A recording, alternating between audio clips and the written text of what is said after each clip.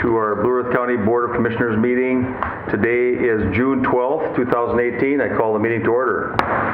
Let's all stand and say pledge allegiance to the flag. I pledge allegiance to the flag of the United States of America and to the republic for which it stands, one nation, under God, indivisible, with liberty and justice for all. Take a look at the agenda and see if there's anything we need to change or any additions or anything. Bob, do you have something? Mr. Chair, there are no changes to the agenda this morning. Move the agenda. Review. All right, we have a motion for approval and a second. Any discussion? All in favor signify by saying aye. Aye. Those opposed, motion carries. The first item up for business today is we've got drainage issues to talk about. We've got our drainage manager, Craig Austin, so I'd like to invite you to come on up and help guide us through. We've got a public hearing first on ditch 32, and then we've got setting a hearing for ditch 43. Hey, Craig. Welcome. Good morning, Craig. Good morning. Good morning. Yes, got the two items. The first one, of course, is the hearing on the outlet petition for JD 32. Yes. So, And so we're going to open this up then. I'd like to welcome everybody here in the audience, and we're here to consider the Engel and Becker petition to outlet on lands into the Blue Earth County Judicial Ditch 32. And if you have not already done so, please sign our attendance in the back there, and Craig will walk us through some of these jurisdictional documents. Okay. First of all, proof of mailing. Notices were mailed to all landowners on the ditch on May 23rd, 2018. Hearing notice was actually published in the Free Press on May 24th, 31st, and June 7th. The purpose of this hearing is to consider whether or not the petitioners the outlet is adequate. That's the first thing they must consider. If the board does find that it is adequate, then we have to set the outlet fees and the benefits for the system. So that I was Kyle. Yeah, it looks Kyle like Salmon is supposed to be here. I He's not believe here yet. He's not here yet. Okay. So we just postpone that for now, that part of it? Well, Till he gets here, or what do you want to do? I'm not really sure. Unless you want me to just kind of plow on here. Yeah, do you have the summary of the report? Summary of the report. Basically, if you have the report in your, you have a copy of the report. It is the purpose of the report is to determine whether the outlet is adequate. To summarize it real quickly, we have two tile outlets at the bottom of the system. Actually about 1,000 feet down from where the petitioners want to outlet their tile, and that is those particular tile underneath the highway there are huge. They are much greater than what is needed for adequate outlet. We require 1-inch drainage coefficient, and the one culvert by itself has over 10 inches of drainage coefficient. Wow. So yeah, it's 10 to 11 times what we would consider necessary and adequate for an outlet. So it is, there's big overkill on the outlet end of the system. So that's really not in question, I guess. I was hoping to see Kyle here. Yeah, I know. I'll let you know. Okay. There he is. Kyle right here. Yes. I'm here. Okay. Pardon? Yeah, you can join us if you want to, Kyle. Okay. Sorry. Oh, he's okay. Just introduce yourself. Good morning, Commissioners. Ward House Sammons with ISG. Here filling in for Chuck for the day. Presenting on the proposed addition of acres to Judicial Ditch number 32 in Blue Earth County. Do we have a map available on screen? Can try and find one. Should be all the way at the end. There you go. Okay, on the screen is Judicial Ditch number 32. Red outline is the existing watershed boundary. The purplish magenta hatch on the northern edge is the proposed 116 acres wanting to be added to the system.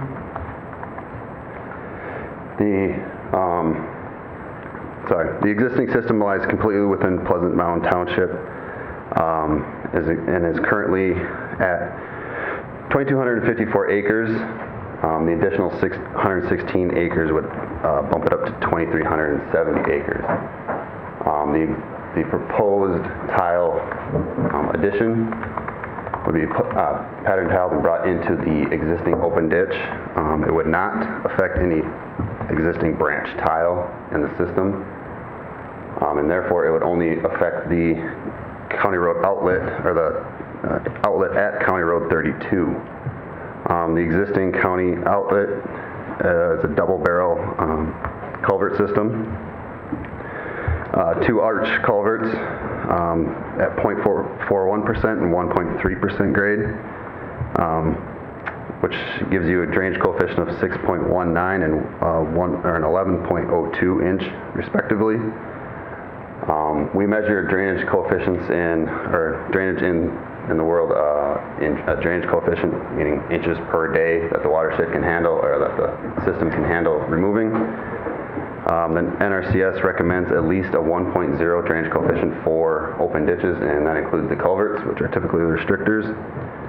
And at 6.19 and 11.02, that far exceeds the 1.00 inch drainage coefficient.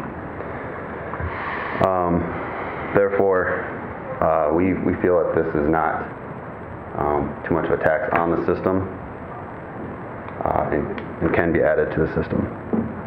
However, a viewer should be pointed just to make sure that they are assessed correctly for this addition.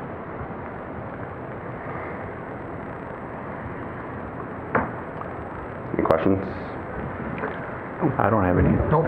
Mr. Chair. I just had one question. I think it's two parcels of land of 80 acres apiece, I believe.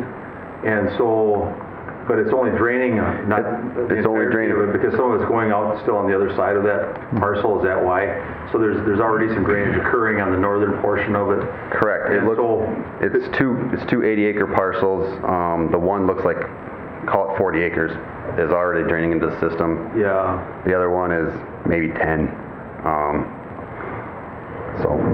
So then it's just going to be the southern 3/4, let's say, of the property that'll be draining into the ditch 32. It'd be the northern. What's the northern?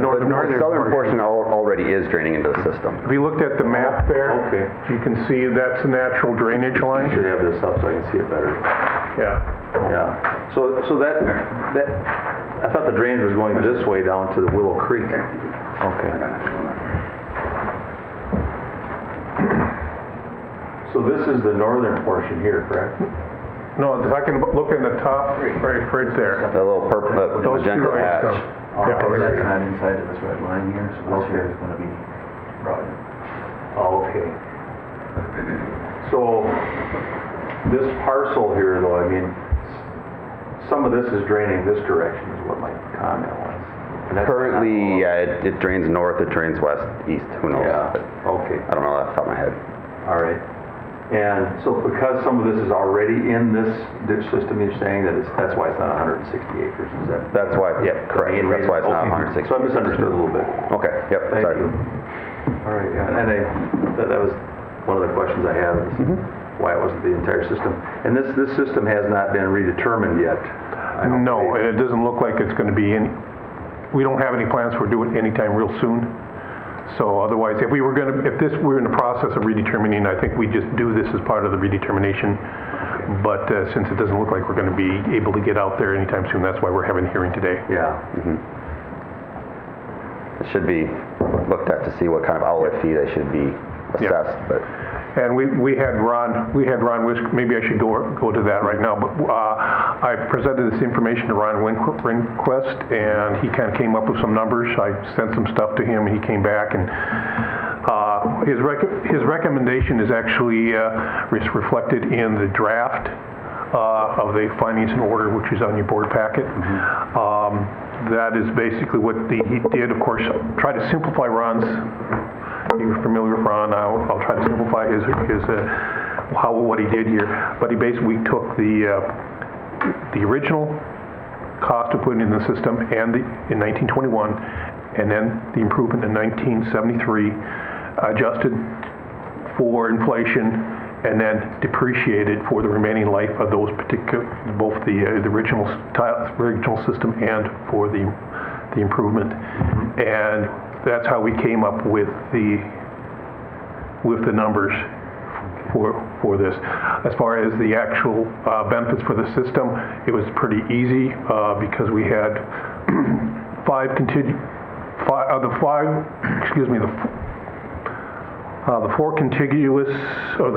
five contiguous properties with similar characteristics. I mean, we want to look at it and make sure that we're comparing apples to apples, and there happened to be 5 of the properties of the 6 properties surrounded had the same physical characteristics. 4 of them were at $5 an acre, and then the one was at $3.75 an acre. So we just went with a high $5 amount to match the 4 contiguous acres is what's on the recommendation. So. Well, that sounds good. Do either of you have anything else you wanted to say? Where this is a public hearing, it's being recorded, and so I'd like to give the petitioner an opportunity to make some comments if they'd like to. Okay, thank you, Kyle. To the commissioners, I appreciate the opportunity to talk to you, and this is kind of a little aside, but have an affinity. It's being recorded, so introduce yourself and tell us. Oh, I'm sorry. And your address. Willard Engel, and I live in Marshall, Minnesota. My wife is actually is here. It's in her, the property's in her name. Oh, okay. But again, I'd like to thank you for giving me the opportunity. And just a little aside, kind of an affinity, certainly, is that I have coffee every morning with a commissioner from Lyon County. So I know some of the problems that you guys are up against. Of course, this farm has been in the family for many years. Have one cistern that's divided, as you see in all the documents you have, and I don't have any other comments other than I really always feel that life's been good to us. We ought to leave things a little better than what we got. And I'd be more than happy to answer any questions that any of you might have. Okay, I don't have any questions at this time. Thank you very much. Thanks a lot, Willard. Yeah, Thank you. Looks like everything's pretty straightforward here on this thing. So. Thank you. Thank you. I know I was raised the same way.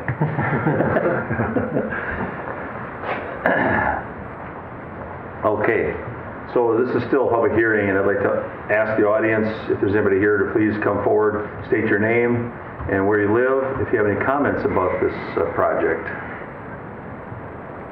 I'll ask again, is there anybody here in the audience that would like to come up to the podium? Just state your name and with your questions or comments that you have. Okay, so we'll bring this back to the board, close the public comment portion of this hearing, and ask for board actions on this. I'll move approval. Second? We got a motion for approval from Commissioner Purvis, and we've got a second from Commissioner Brunder. And so that's on the findings and the order in the petition, just to be clear. And there's several of them listed there. Is that? Yep, good clarification. Yeah, just a lot of things on there that we talked about. Any discussion, any further discussion or comments from especially from you guys, commissioners that are rural commissioners? Looks pretty straight. Yeah, it worked pretty straightforward to me. Sounds like it's got good. capacity. Let's. Yeah. Okay. All those in favor signify by saying aye. Aye. Those opposed? Motion carries. Okay. All right, thanks, Craig. So. Oh, we got one more thing. As a Blue Earth County, Judicial Ditch 43, we want to set a hearing date for the acceptance of the contract. And we're recommending July 10th 2018 at 9 a.m. here in the Commissioners' Room. So moved. Okay, we've got a motion for accepting the contract and a second. Are there any questions or discussion? So the hearing then will be July 10th at 9 a.m. in the second floor Commissioners' Room of Blue Earth County Historic Courthouse this year, 2018, for improvements on Judicial District 43, correct? Yep, 40, yes. Okay. All those in favor signify by saying aye. Aye. Those opposed? Motion carries. Thank you. Thanks, Greg. Thanks, Craig. Next on our agenda, we've got the bond sale authorization. We've got Ms. Terry Heaton from Springstead Incorporated here, and Lisa Malinsky, our Finance Director. Please come forward and join us. Good morning, Terry and Lisa. Good morning. Morning. Just because people leave, don't think it's, this is still an interesting topic. Yeah. Do you want to say anything to kick it off? Okay, go ahead, Ms. Heaton. Thank you.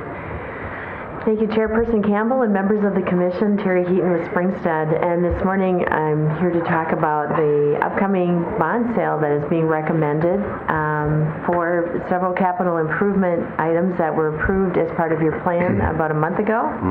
And just for the viewing public, that would include, the projects include portions of the county's historic courthouse, the government center, along with routine maintenance and replacement for the Justice Center, library, and Public Works building, all concluded as a capital improvement. The portion of those projects that is being funded is funded with a $10 million bond, and that would keep the bond issue as a bank qualified issue, meaning that it has lower interest rates because it has certain tax exemptions for banks. And that results in bond proceeds after paying the cost of issuance and the underwriter's discount of $9,869,000 of project improvements that can be used for these projects. The resolutions that are attached would basically set this in motion to go ahead and issue the bonds on your behalf. And the sale date would be July 23rd, which is a Monday afternoon, and then we would bring the results, also recommending the low bid on July 24th at 9 a.m. There is a recommendation that is in your packet that was prepared by Springstead, and the resolution, rather than going through it, basically authorizes the sale. On the bottom of the first page, it's just the darker line, or the red line, showing basically where interest rates have been for the last 5 years. And in the last year in particular, they've been pretty stable. And going forward, there is speculation that the economy at one point is going to take off, and I think folks are watching that. We really can't comment on what will happen, but we can tell you that in the last 5 years, this is a very low interest rate environment. And if you put this in a 20-year slot, these last 5 years have been very low. So it's a good time to lock in interest rates. I'll also mention that the authority to issue bonds, you have plenty of capacity. It's based on your market value for capital improvement plan, and on page 3 we do list that your statutory authority would allow you to issue $8 million of bonds. Of that, you've issued about $2.7 million with this issue, and that leaves about $6.9 of capacity remaining. And so that's your capacity. And then the last thing is we do have, specifically to this bond, a plan that would allow for the repayment very aggressively in 7 years. Yeah, I noticed that. So that's a very big, quick payback. It's about $1.6 million a year. I know you've been looking hard at whether you should pay for things with cash, and you've worked with Ms. Malinsky on that. I think the idea was to go ahead and bond, but keep it short to aggressively pay off these types of improvements. And with that, you get a reward, which is a lower interest rate. Longer term bonds have a higher interest rate. And one of the rewards is we look at something under 3%, only 2.9% Wow. is our estimate on this. Of course, the results will be what you get for bids on the day of, and we That's hope what I was going to ask you if it could change, couldn't it? It can change. I mean, Yeah. things can happen in the market. Things happen every day. in the news and so forth, people react to. But we hope we build in just a few basis points in there, so there's allows for a little market movement, and hopefully we'll be able to bring you some good news, and these are conservative estimates. So with that, I'll be happy to answer any questions you might have. Any questions from the board? I think we've talked a lot about this in work Yeah. sessions and stuff like that, and sounds really positive, so thank you. Yeah, we've had several meetings on this and had good discussion, and I know that we've got quite a few large projects going on here with the county, and so the good thing is we've got some money in our general account that we're going to use for more than half of those projects, the cost of those projects, and this is just a portion of it. And I know Kip, maybe you have something you'd like to say about the bond itself. I think it's just a good financial move. I mean, we probably have enough money in cash, but it certainly does, with the interest rates the way it is, we would be kind of silly not to take advantage of that. The interest rates start to climb up or go down, we can get some advantage off of that. So Yeah. we want to be able to have the availability to do projects in this county. We're forward-thinking people, and to be able to have the leverage and the cash to do some of these projects, we're very fortunate. So I just think it's in our best interest to give this a try. So Yeah, and if I we will be waited, supporting it. let's just say we wanted to bond in a year or two as a county, then the rates could be much, much higher, and so this is a savings to us. It appears that would be a good bet, so it's good to lock it in now. Lisa, do you have anything you'd like to say? No, we just have a resolution authorizing the issuance and calling for the sale. Yes. Yeah. I would move to approve. Second? We've got a motion for approval from Commissioner Stuenberg and a second from Commissioner People. And that's for authorizing the issuance and calling for the sale of the bond that we've been talking about here, Series 218A. And any further discussion on the resolution? All in favor signify by saying aye. Aye. Those opposed? Motion carries. Thank you. Thank you for very much. being Thank here. you. Thank you. See you on the Long ways to go. 24th. Yeah, Yep. have a safe trip back. Thanks, Terry. See you soon. Okay. So next on our agenda this morning, we've got our Public Works County Engineer and Director, Mr. Ryan Tilges, to give us some action items and also review items. Morning, Ryan. Good morning. Morning, Ryan. How are you doing today? Good. Morning, Ryan. Looks like you've got 9 action items. Is that still the same? Has it changed? It ebbs and it flows. Has Last it month changed? I didn't have much. I had one more item I would have liked to have brought, but it wasn't on the agenda.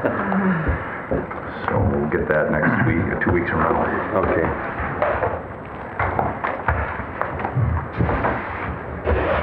All right, we'll get down to it.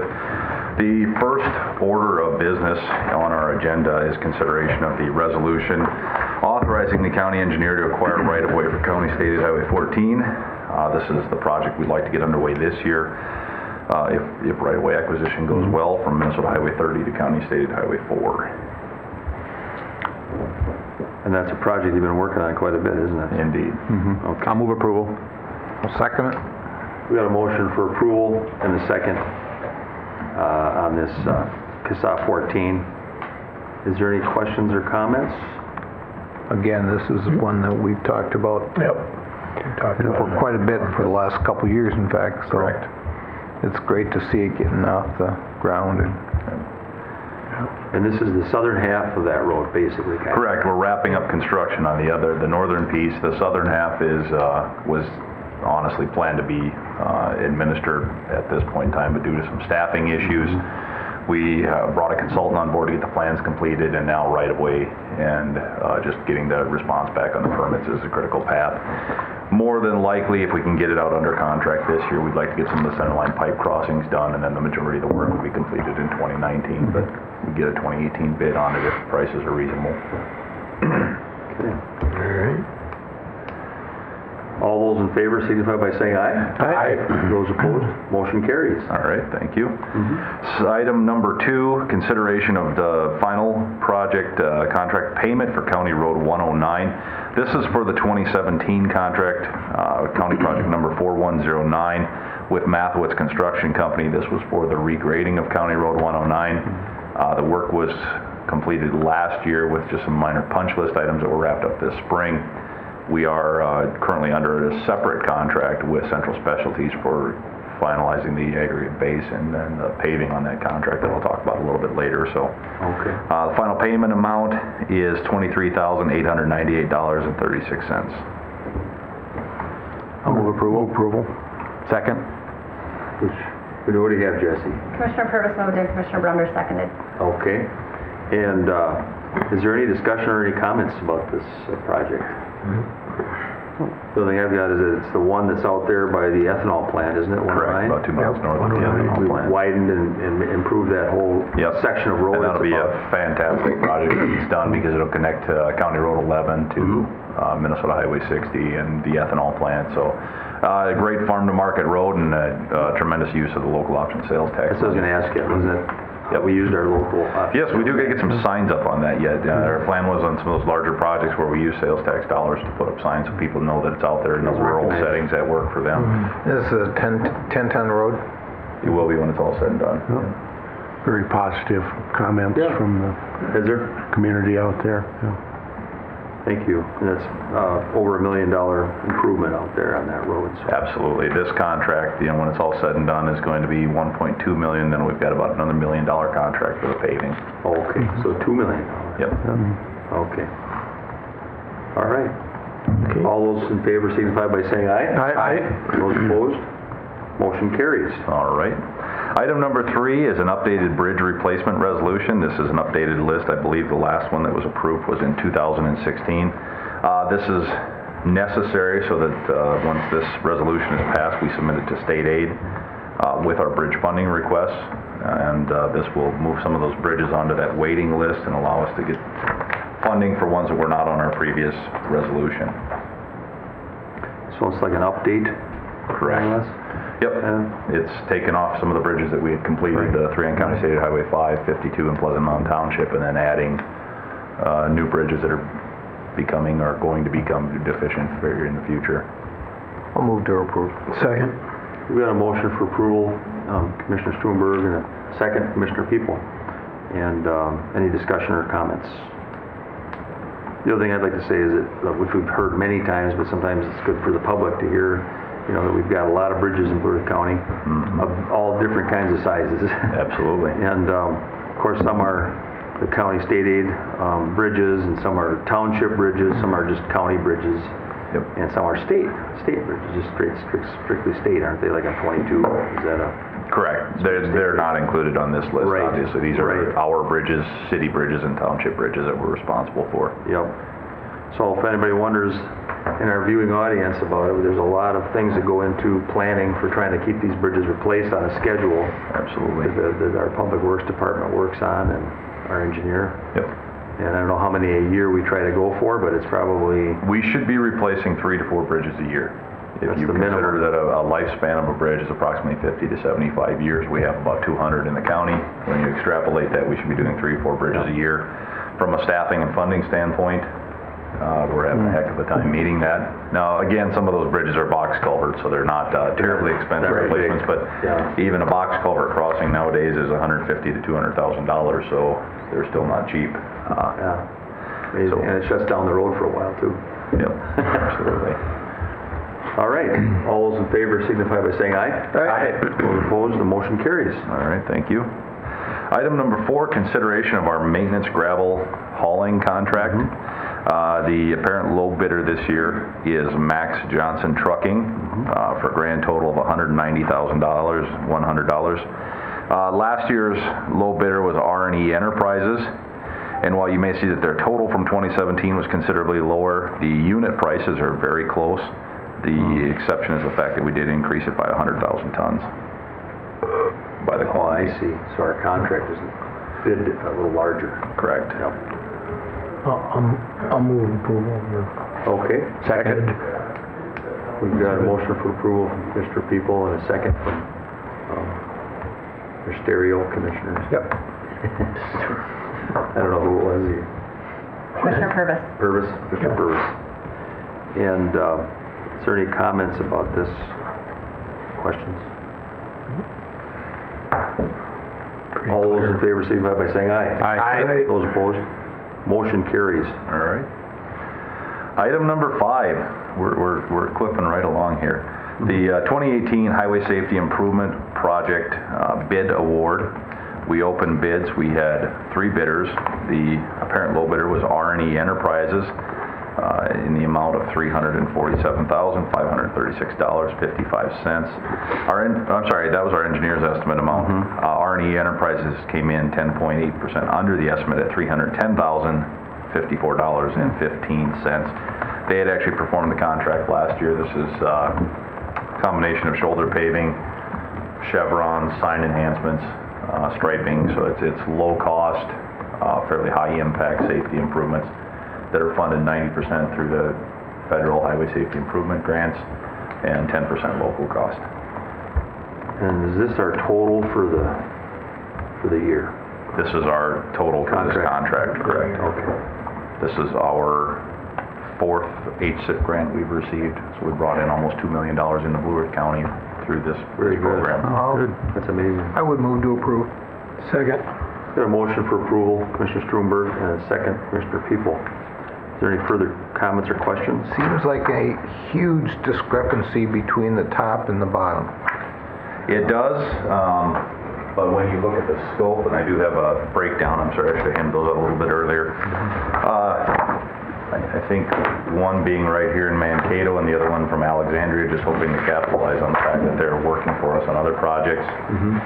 This is somewhat piecemeal work, small quantities, fairly time consuming. Scheduled at a different time. These large paving companies that have a tremendous amount of resources also have considerably more overhead, and they're accustomed to a higher productivity rate. You know, when their plant can put out thousands of tons per hour, they need to make money, and so sometimes the magnitude of the economy works against the larger contractors on these little projects like this. Okay. I do have a question too.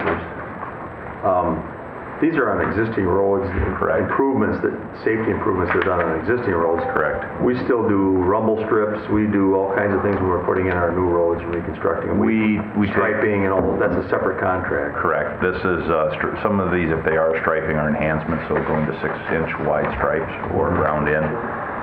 Rumble strips, sometimes they do fall under this. In fact, we have them on this contract, the rumble strips or the rumble stripes. Okay.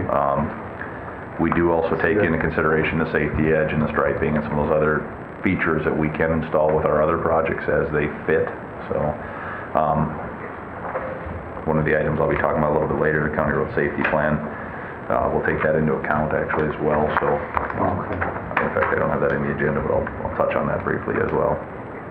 And each road is considered individually. I mean, I know a lot of times we have general policies for how we implement certain widths and our striping and rumble strips, but I mean, we've got a real highly active biking community in this region, and I know you bike too. Correct.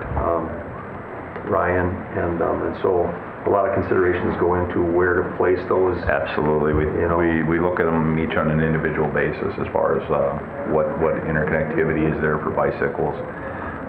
Is there adequate shoulder width? Where do we want the rumbles?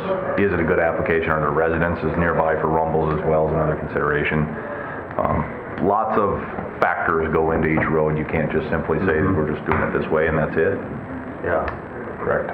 That's good. That's really good. I really would like to recognize that as being something positive for Blue Earth County that you do.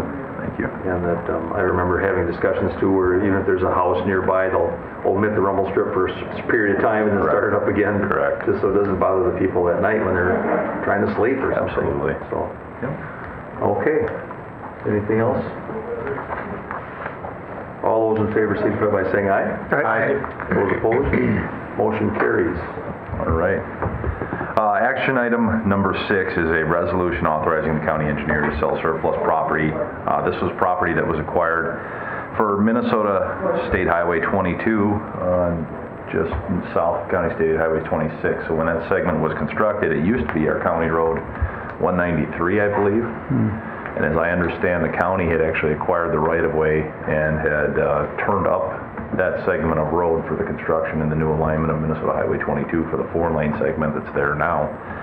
There was a small parcel, about a quarter of an acre, that's shown on the second page of this item, outlined in blue, that was acquired for the purpose of providing access to the farm place to the north, the residence. And as you can see, the driveway cuts across the diagonal. The remnant of it is being used for agricultural purposes. Currently, there is a developer that has acquired all of the surrounding property. If you go to the next page, labeled Millage Creek subdivision area, as you see in the perimeter in the black, that has been platted for and is pending final approval from the city of Mankato for subdivision. So what it leaves is it leaves that little quarter-acre parcel really unnecessary from an access standpoint, because as this subdivision is built, the developer will not be allowed access onto Minnesota Highway 22, nor will they be allowed access on the county-stated Highway 26 due to proximity to the intersection. So the parcel would be transferred without any rights for access. North Augusta Court, with the exception of the trail, will be removed.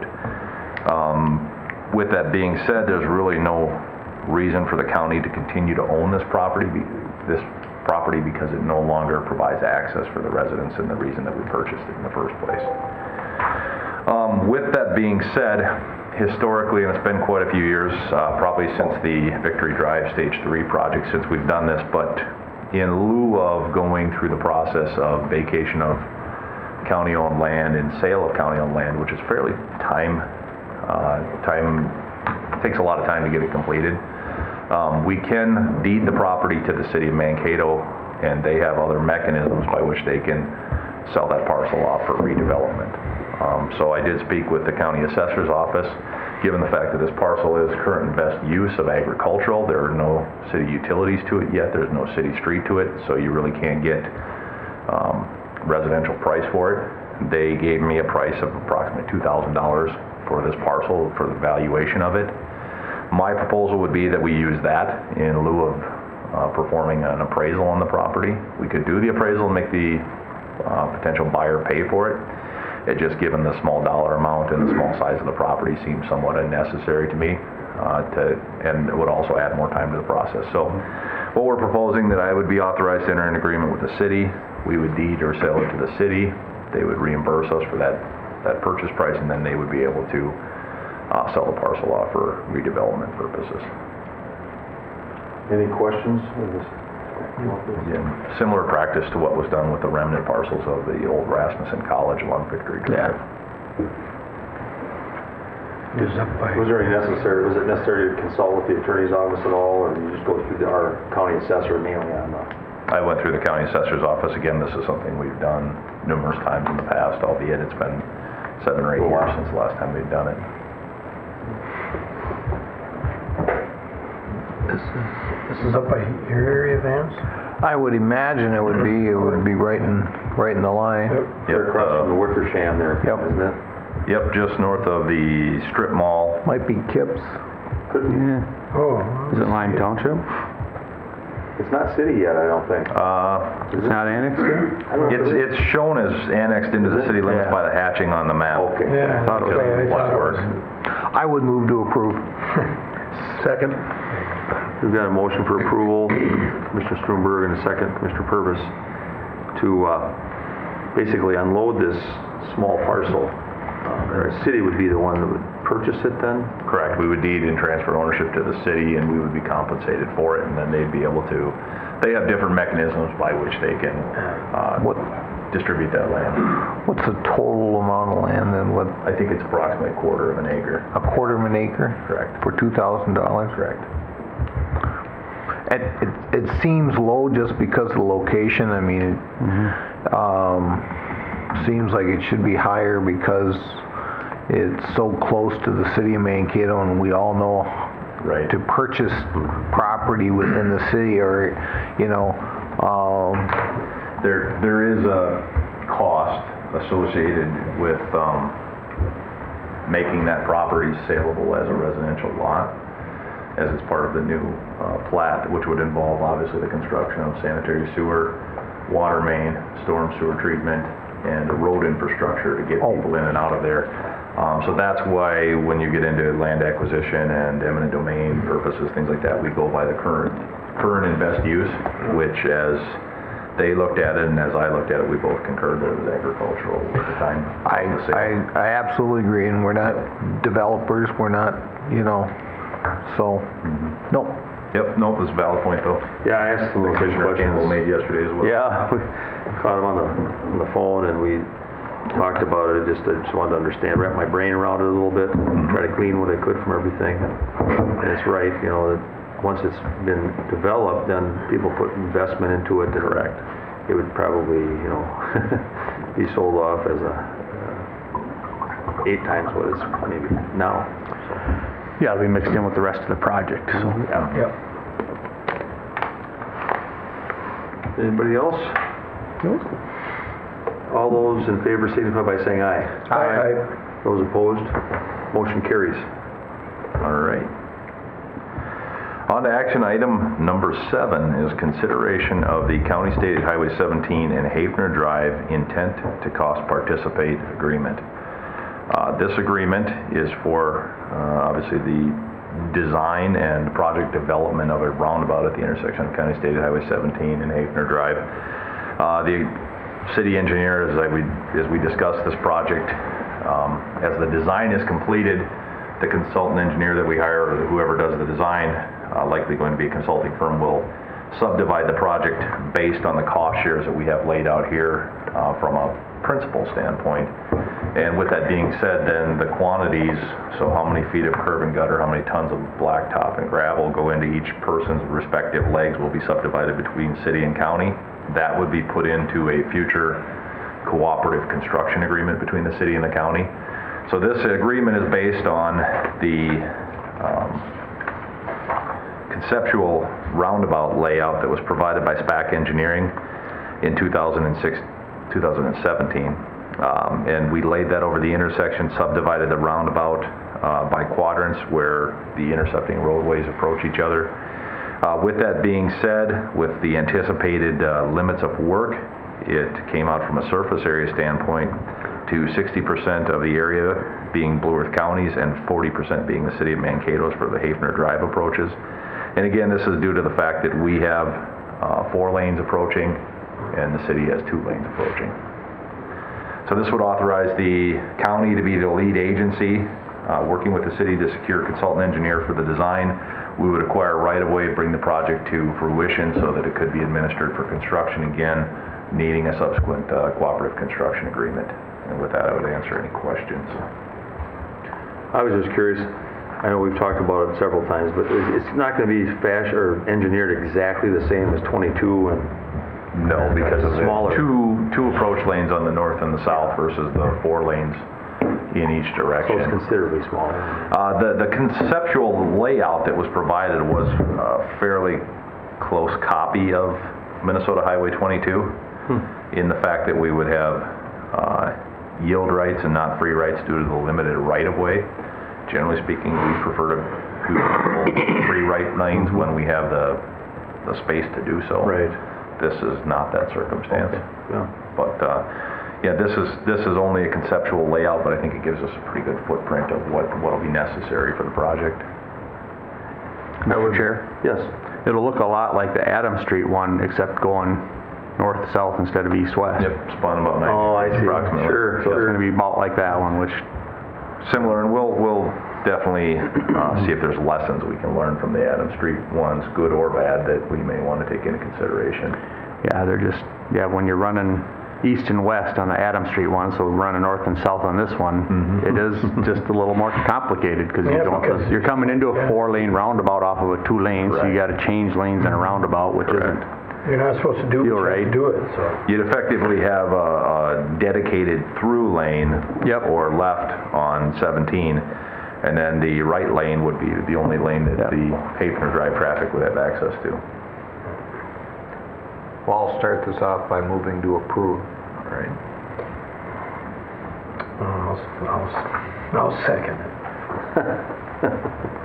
Enthusiastic. All right. Personally, I would like to have a right turn lane, if possible. If we have the room to have a right turn lane.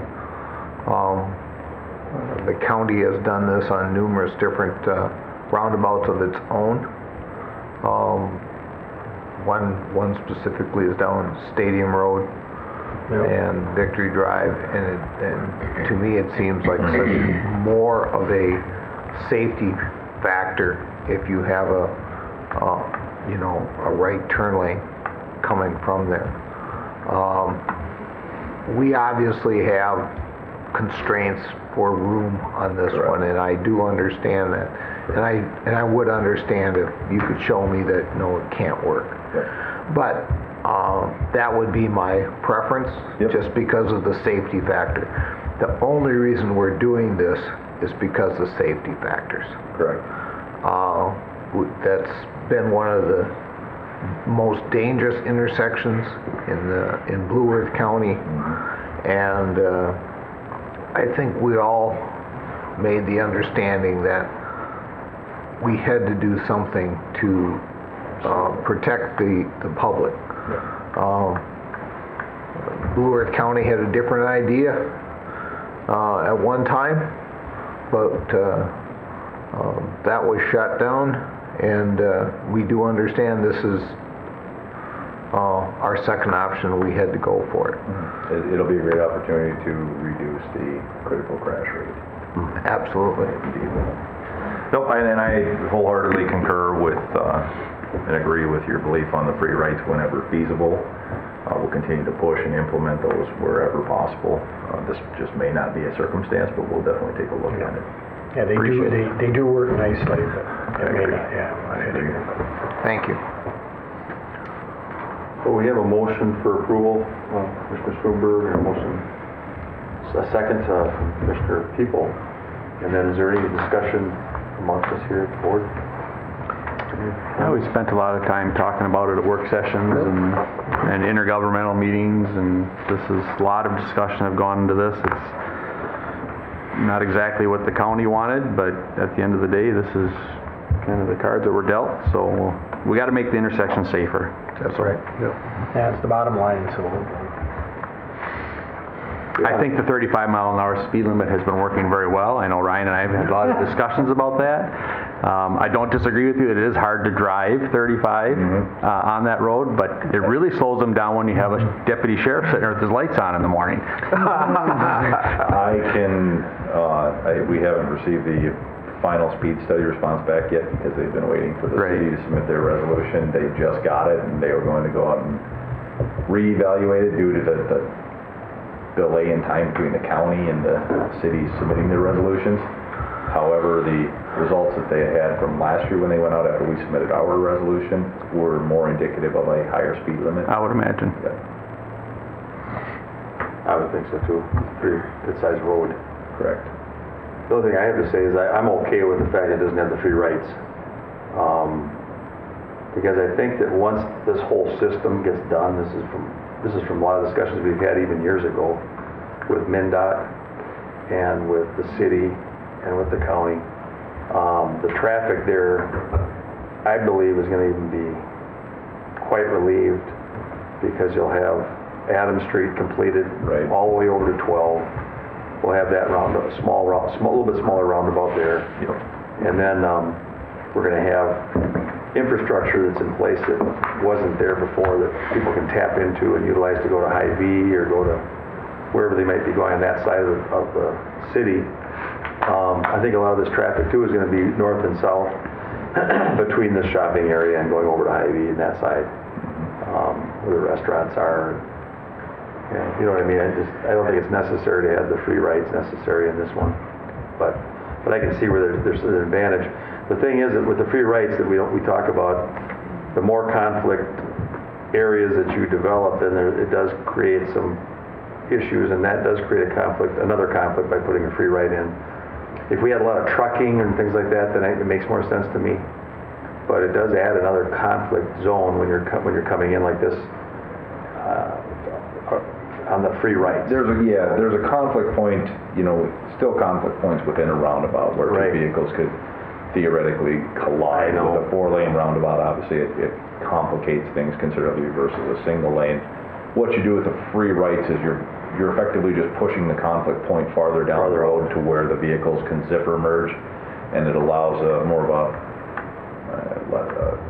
lesser opportunity, more reaction time, I guess is what I would probably say for the drivers to react to the vehicle that they could hypothetically conflict with. Okay. Versus it potentially happening as they're entering the roundabout. So it just kind of gives the driver perhaps a little more reaction time to merge with traffic versus having to do it in the roundabout. So they can assess the gaps in the roundabout and then assess the need to merge versus having to do both simultaneously is probably the key benefit.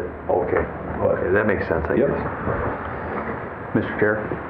Your point about Adams Street and getting open up, that's the only thing that I would like to see us at least monitor yet. I know. You know, I mean, I wish we could have put this off a little longer until Adams Street was opened up, kind of got the traffic patterns to change. I know we still got a lot of stuff to deal with on the south side of the road, because there is really no good access to get out of there. No. But with Adams built there, I think that is just going to really relieve a lot of pressure off of this, and I hope we kind of keep that in our mind, because yes, we're moving forward with this, but I don't think it'd be in our best interest to, you know, build it if something drastically changes in the patterns, which I doubt it will in a year, but I just think we really have to be aware of that. And I agree there will be a traffic shift with the extension of Adams and that intersection being opened up and the roundabout being completed there. I think over time some of that benefit will be offset by the growth More in traffic volumes out there. And I understand that. So it's Eagle Lake. Yeah. Well, but we've had this discussion too, Ryan. So I mean, that's absolutely. Well, and you're talking about the building up of businesses. I absolutely agree with Kip that it'll change as soon as Adams.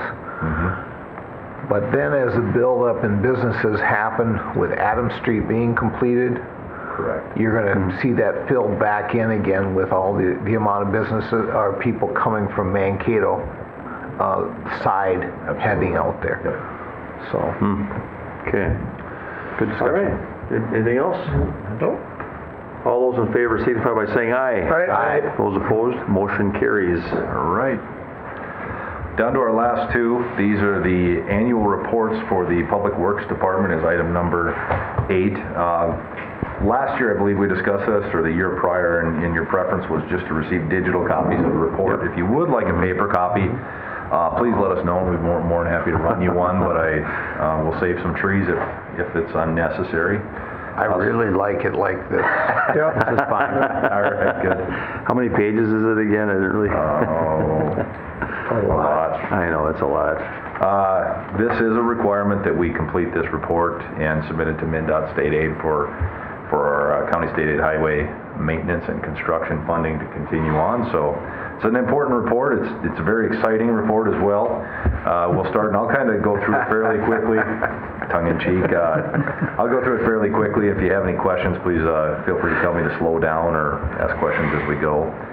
But on page labeled number 1 of the report is a summary of Blue Earth County Highway Department infrastructure. We have almost 422 miles of county-stated highway regular roads, 18.8 miles of CSAH municipal roads, 303 miles of county roads, and then a summarization of our CSAH regular funding and construction that we had spent, CSAH municipal, other construction costs for county roads, and then township road construction costs.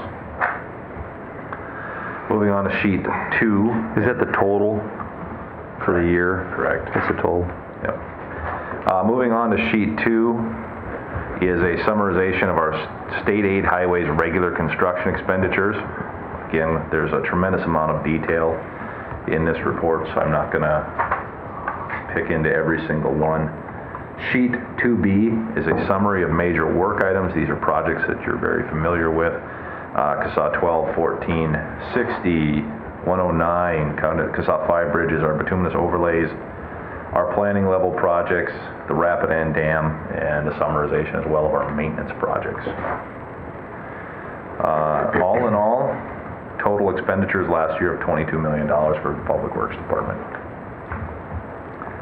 Sheet 2C shows a map of construction projects for 2017. Again, you should be very familiar with those projects.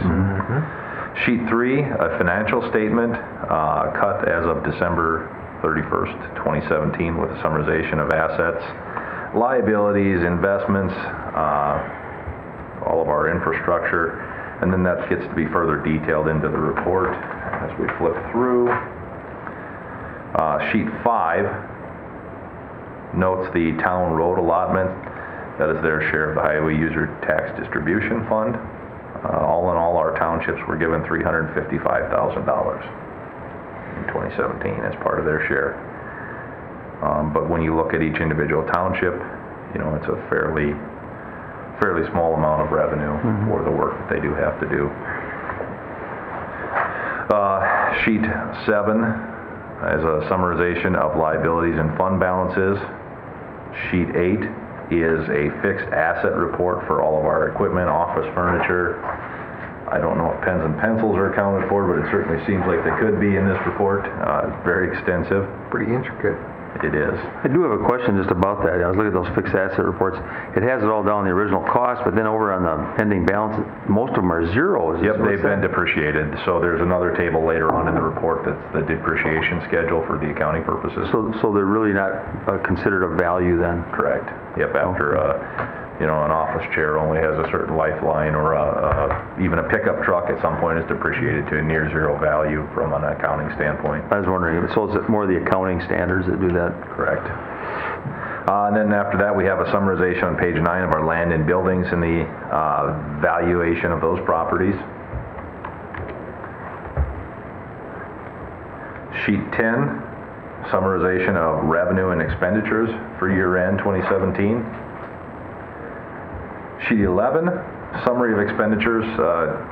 We spent $1.1 million on snow and ice control.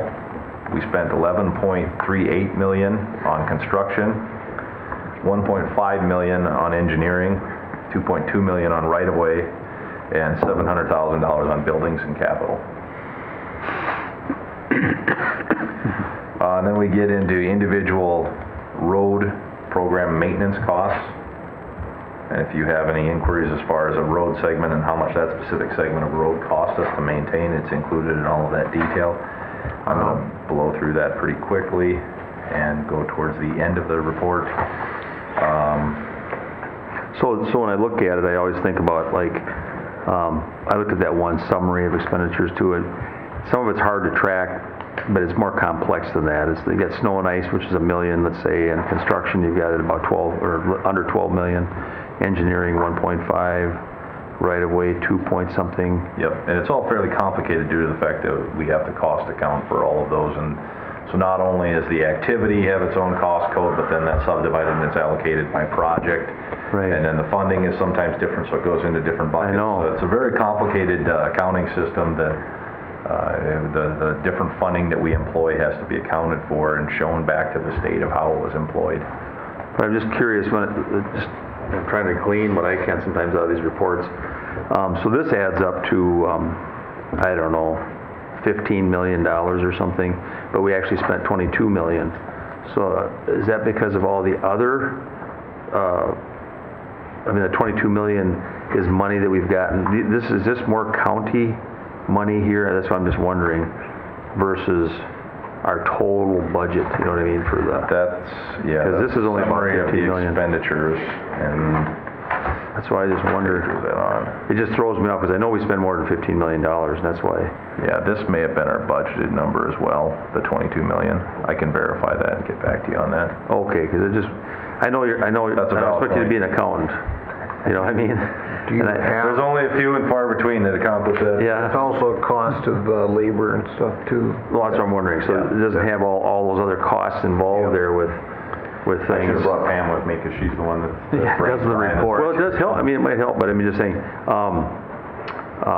there's such a discrepancy when you look at, like, when I see the summary of expenditures, then I think of, you know, the summary of, there would be like another 6 lines there, and it would add up to $22 million. And some of that, too, the discrepancy is County Road 12 and the fact that we didn't get that to completion because that project was not even half complete from a cost standpoint in 2017.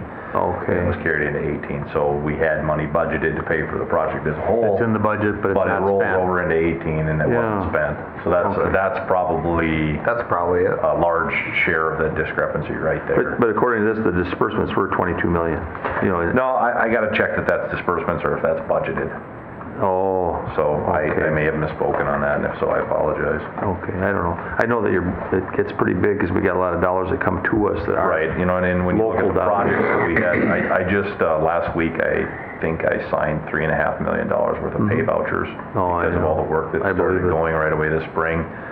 We had projects that were ready to be paved. Those were all effectively 2017 projects that we're wrapping up. So the paving is the expensive end of it, and all of that comes hard and fast at the end of the project. So you may be seeing a lot of that accounted for in that discrepancy. I get more out of like reading those couple pages that give us it's more of a narrative. You know what I mean? I get more out of it as a commissioner. It's just hard because I went through this. But It's very this confusing information for this. is all important from a chronological and historical standpoint, that over the years we can go back and we've actually used this data to use for future cost estimation. So how much of a project does right-of-way cost us on a percentage basis, or engineering design, cost per mile to reconstruct a certain type of project. So it's very helpful for us.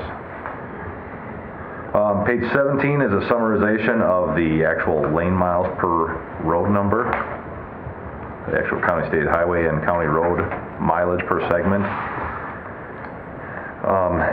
Summary of construction costs for CSAH regular is further detailed on page 18. That level of detail is broken out in 18A through 20E1 as individual project statement of construction costs. It's a lot of pages. It's a lot. Oh, I know. Project. It's not just page 18. There's it's a lot of balls in the air 40 being 18s juggled. in a row. Yeah. So we can probably skip past it unless there's questions on I just specific had one, and projects. I don't expect you to necessarily answer it, but on page 118A1, and that's the CSAH 10, and it says grade and gravel from Vernon Center to CSAH 1. And it's probably a smaller, it's where they're connecting, where we did that project, I'm assuming. You know, where it connects with one. One was redone, completed last year. Planning project. So this is in our capital improvement program for 2019. So this would be some preliminary design that was performed on the project. This is way down from Vernon Center. No. It says here gravel from Vernon Center to CSAH 1. The gravel portion is a NOMR that comes with the cost accounting item that we have, but this is preliminary engineering cost for the segment that's in our 2019 capital improvement plan. So from Vernon Center to To CSAH the 1. east. So Vernon Center, if you take CSAH 10, if you take CSAH 10 east out of Vernon Center, Yeah. it goes east to the cemetery, cuts south over the bridge, turns to the east again, and carries to the east with some additional curvature, intersects with CSAH 1 south of Good Thunder. And this is for the segment from... We Vernon redid Center. one. We redid it. Yep. So it's all done. This is for 10. And so this is just reflecting maybe the connection that it made with one, is what I was thinking. No. It's not. No, this is for the future project. This is a project that's going to take place in 19. Correct. This is All right, well, planning for that project, isn't it? Correct. it says here for the year ended This was the cost that 12/31/17. we incurred in preliminary design for I a gotcha. future project that will take place. That will take place. This was cost incurred in 2017 for a future Okay, so the project. project engineering costs of $15,000. Yeah. So that helps me answer that question, because I thought that's zero for everything else. I thought, what is going on here? Is this- Preliminary design. All I see is engineering. Okay, so this is strictly engineering work that's been done. Probably consultants or in-house, or I where? believe it would likely be in-house. We did have that flown for survey. Okay, that helps me though. I'm just, so as me, I'm just trying to glean. I just spot through the thing, and try to look at it because it's such a big report. So I try to glean what I can to just kind of get a good understanding of the annual report. And it's not easy, it's because I'm not an accountant. You know what I mean? It's pretty hard to. No, there's a lot going on, and there's a lot of information in here. Yep. It all has to be accounted for. And as you know, all the Public Works and Engineering County accountants were here in Mankato not too long ago to meet, and, you know, I thought that maybe that group wasn't going to be that humorous or that funny, but they all had a really good sense of humor. You have to have a good sense of humor to work with county engineers, don't you? That's what I was and these are the side comments, you know, you guys, but I'm really serious. They were such a refreshing group of people. Yep. I talked to several of them, you know what I mean? And there's a lot of jokes that go on about accountants. Have you ever heard any, Bob? I mean, That's right. Do you have any good ones to tell? No, the only thing that I do remember, I did some research and found out that many accountants do suffer from depreciation. And so I tried to... Appreciate, that's a joke. That's an accounting joke. That's a joke right there.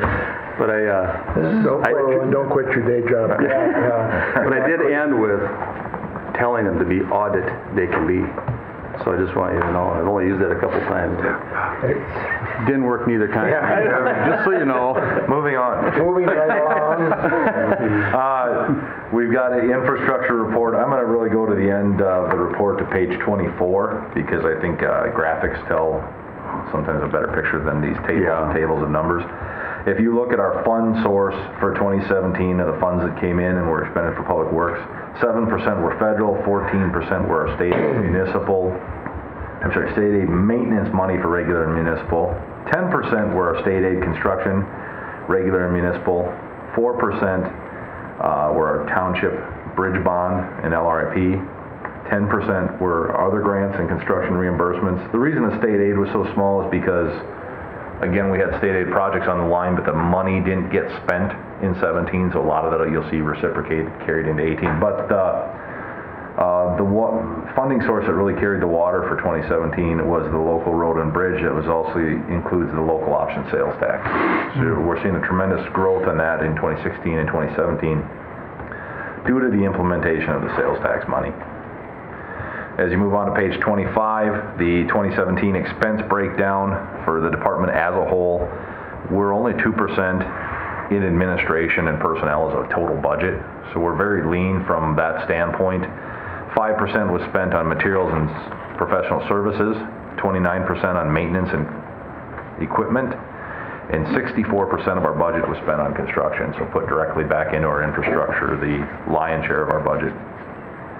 As you subdivide those between construction and maintenance on page 26, 8% of our construction program was spent on personal services, which is our employees and consultants. 92% was contracts and other work. Maintenance breakdown, 5% on equipment, 33% on personnel, and 62% on contracts, supplies. Okay. One quick question for you. Yes. On that first pie chart too, just going back, is those percentages which are interesting. Is there the source of funds is what that's showing. Is it divided within several of those, or is it within specifically one that is the 0.5% sales tax? That's included with the local road and bridge, the brown. Yeah, that's what I was wondering. Okay. Yep. And if you go actually to page 28, you can see on the funding trends and the $1970 relevant. You can see from 15 to 16 and even into 17 the influence that the local option sales tax has had, as it's shown in the red hatch. Okay. Once in a while I get people asking, about what we're doing with that money. Yep. Yeah. We're spending it. That's for sure. I know.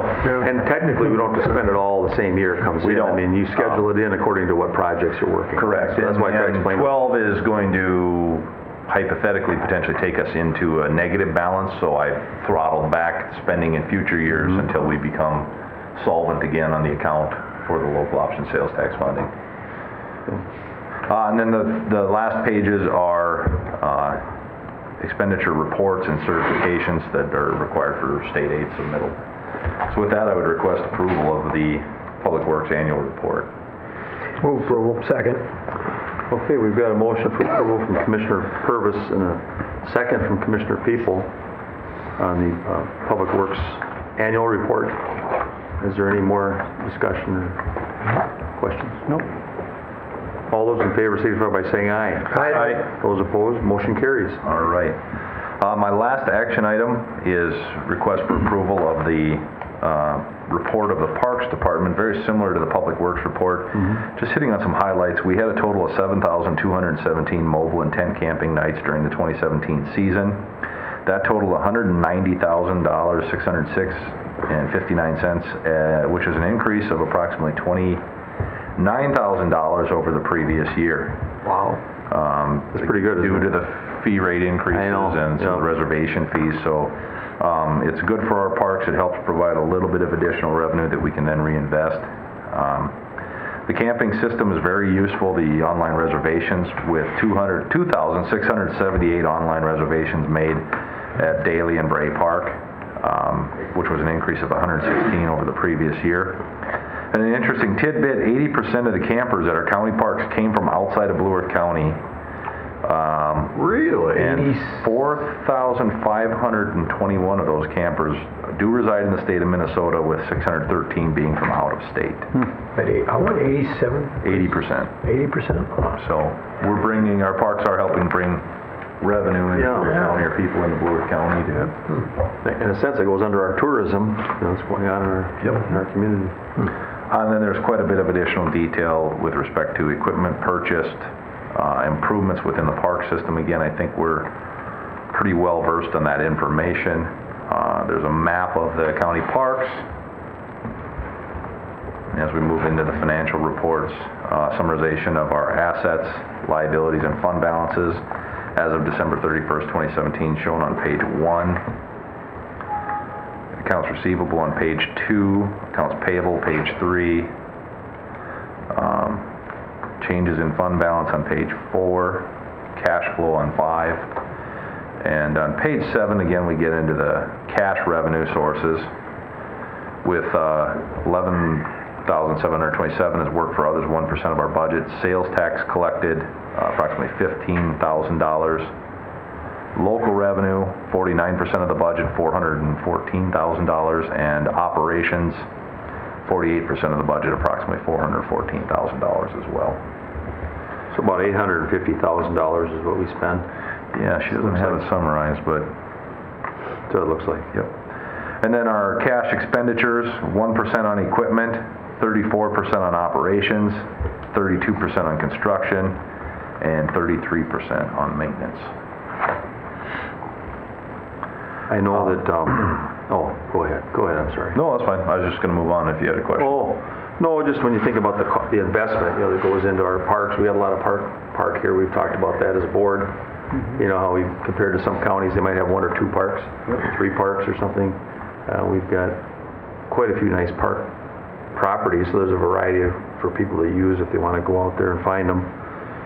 And the more I go to different things with AMC and with NACO, and then reading and then listening, even with the Minnesota Department of Health, who looks at social health, community health, looks at mental health issues, they found that if you have availability of parks for your people in your communities, that your physical, emotional, social health is higher.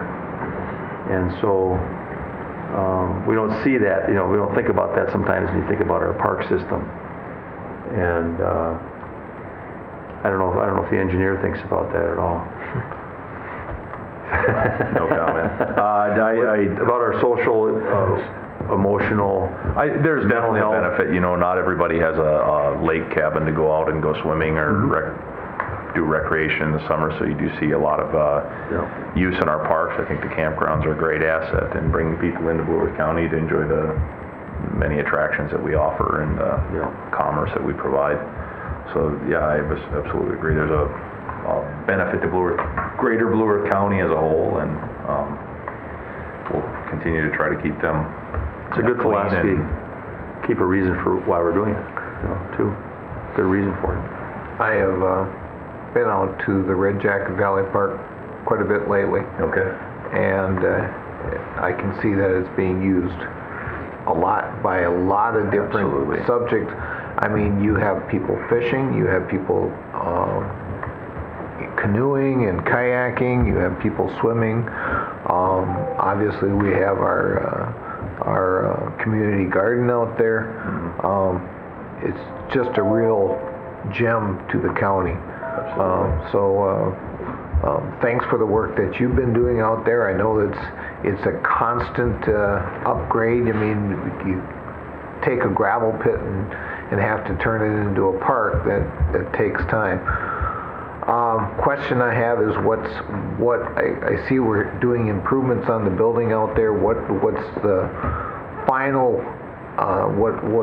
What are we going to be doing? We put steel doors and Right, the scope of that is to put in some very strong glass blocks on the window openings, just solidify the building with steel overhead doors so that we can keep, again, low-cost items out there and use it for storage.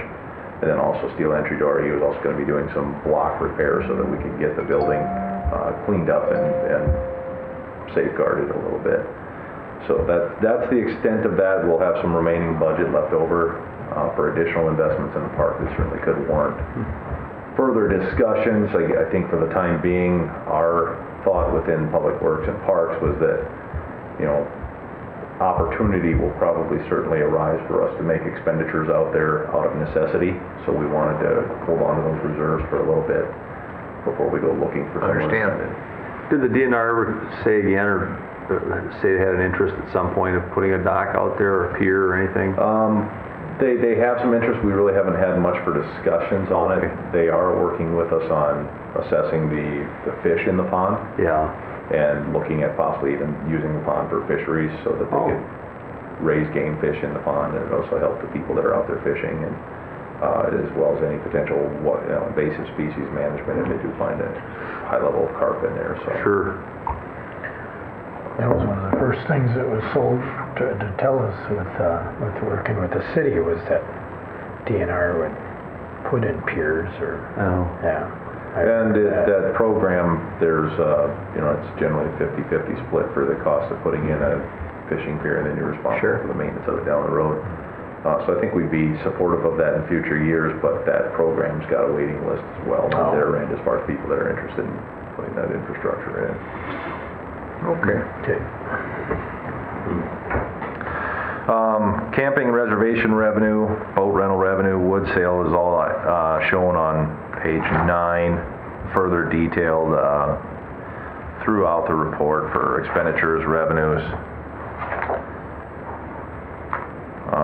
Page 14 breaks out a summary of the expenditures by park, and then again a road cost ledger by park as far as all the activities that took place within each specific park.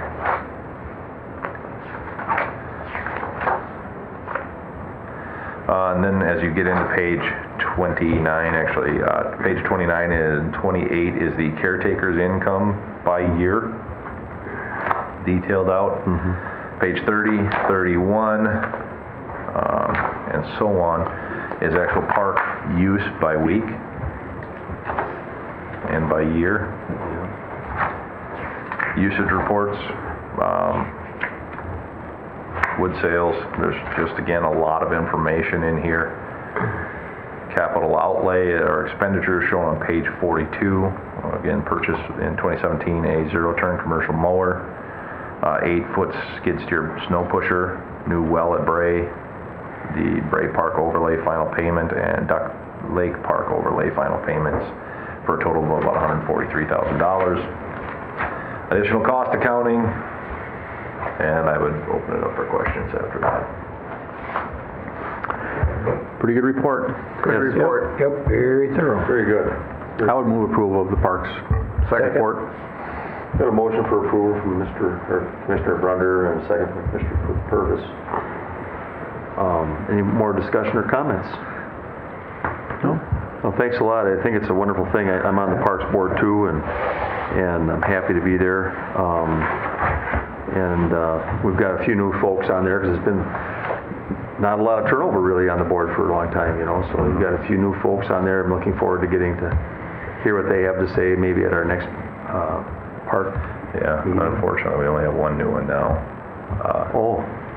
What's her name? The professor from MSU had to step off. She moved to St. Peter, so she's no longer a North County resident. So just got on and then had to drop. Well, we got an opening for the general public's information. We've got an opening on the Parks Board yet, so maybe we'd like to step up to that if you have an interest. And those two ladies were the only two women, I believe. Oh, no, wait, we had a chair that was on there for quite a while. It was a woman. Yep. Yes. Yep. Okay.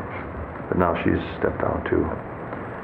Well, thank you for your patience on the annual reports. I know it's a lot of information and it's time consuming to work our way through it, but I do appreciate your time on it. One quick thing. All those in favor? Oh. Aye. Aye. Signify by saying aye. All those opposed? Motion carries. Okay. All right. Go ahead, Ryan. I'll move on into our information items on our updates, and if you have any questions, please interject. Our construction projects update: County Road 1, Old Minnesota Highway 66, the work from CSAH 9 to 90, and then the surcharge between CSAH 90 to Mankato, and then the surcharge between 9 and 90. We will be closing the road north of 90 on Monday for construction. We had our pre-construction meeting with Mathwoods Construction Company. They've got a tall order ahead of them. They'll begin by building the northernmost retaining wall, reinforced soil slope wall, and then they'll see how that goes as far as how far they get into the second one, which is the more steep vertical, 73 yards as well. Again, that's laid out to be a 2-year construction project, but we think they've got a good plan. So when you're heading down to Red Jacket Valley Park, don't come from, Don't take one. don't take one, go Old take 90 66, and take another route. Their plan did include disruption of the Red Jacket Trail for both seasons. We've informed them that's unacceptable. We're going to work on a plan to get a temporary trail. May only be gravel surface, but get something reconnected. Oh, good. In the interim, there will be a period of disruption still. Yeah.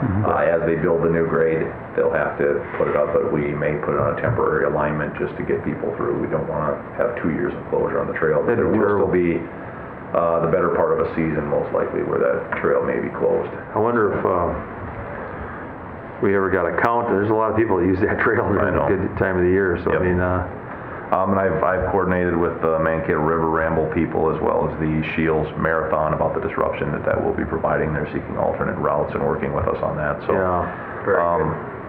It's the nature of the beast. Yeah. Gotta get done.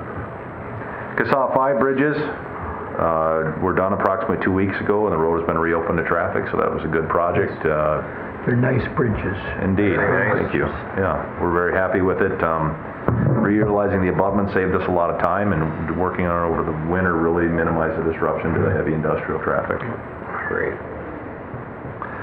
14 from 4 to 10, the pavement, the aggregate shoulders, the signs and striping have all been completed. Really the only remaining work is touching up some of the final grading and completing the turf establishment. We've kept the road closed to the public officially. However, it's I would call it a soft open. The road is open to the local traffic, but there is still construction activity taking place, so we still do have construction signs up, and we certainly know that once the road is paved and striped, the public no longer understands why the road is closed. So we are letting people proceed through with caution. But again, this 3+ inches of rain that we received over the last week, we were really rolling along, and that put the brakes to nearly everything. So we're experiencing some delays again associated with that. 12, stage 5, we had an interim completion date number 2 for reopening the road from Minnesota Highway 83 to the intersection with Carver Road, including the Hoffman connection piece. That was set for this Friday. However, again, with the rain delays and the late start this spring due to our never-ending winter, that'll be pushed back by at least a week. Oh, wow. But they'll continue to push forward on that. It'll be great when that's opened up. It will be. Yeah. They're also beginning to work at the roundabout with CSAH 17 and 12 on the south edge of that, doing some concrete pedestrian ramp work, and we anticipate that there will be a lane closure on the south side of that roundabout probably next week so that they can begin making the connection to that roundabout with the new road alignment. Okay. So they're continuing to grade on that piece. Again, that's underway, but standing water out there when I drove by last, so it's going to need to dry up a little bit. CSAH 90 and Minnesota Highway 22, as you're aware, we've got our share of the roundabout with Highway Safety Improvement Program money. That was closed last Wednesday for construction to begin.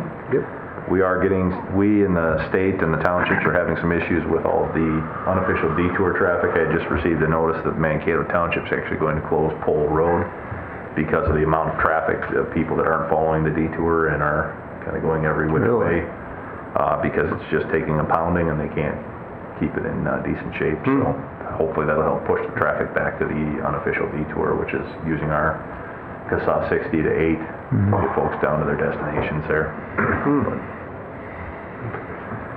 County Road 109 paving, contractor anticipates they should be out there either the end of this week or next week to begin putting on the bituminous pavement on that project, so that'll be getting wrapped up here in the next 3 to 4 weeks. The 2018 bituminous overlays, it's the same contractor as 109, Central Specialties Incorporated, so they're cleaning up a couple of the overlay projects.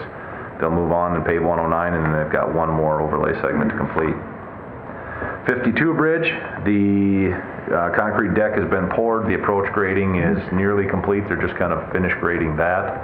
So we need to get the paving done out there and get the railing on. That's one of the last ones that'll have that metal open bridge railing. So we're waiting for that to be completed for fabrication. Pleasant Mountain Township Bridge down in just north of Willow Creek. The bridge deck was poured last week, and that should be coming close to completion here in the next few weeks, possibly pouring the railing this week. The Eagle Lake DNR public water access work has been completed on that, pending a final walkthrough with our staff and the Department of Natural Resources folks today. So they'll actually be reviewing that, making sure there's no items of concern, but other than that, we'll be able to close that grant out and get our final payment from the DNR for that. Planning projects update, CASA 1, we're at approximately 95% planned, somewhat in a holding pattern until we get any changes that may be necessary from a permitting standpoint, or may be necessary from a right-of-way acquisition standpoint. So we thought there's really no sense in finalizing plans because it's just submitting to the state aid office. 14 from Minnesota Highway 30 to CASA 4. We're working on, again, the right-of-way acquisition for that, so Jack's beginning to reach out to those landowners and setting up meetings for acquisitions. That's our critical path at this moment on getting that project out this year. 10 from Blue Earth River to CASA 1. This is again that piece from Vernon Center to 1. We are leaving the bridge out for the time being because it is not eligible for replacement funding. I've spoken with Commissioner Purvis about this. So we'll stop at a decent tie-in east of the bridge, and with the intent that we would regrade the rest of that half mile or so of road when the bridge project drives it. Is it a regular bridge? Is it? And it needs to be replaced. It's a pin and hanger fracture critical bridge, but it's not eligible yet. So we'll continue evaluating it and keeping an eye on it.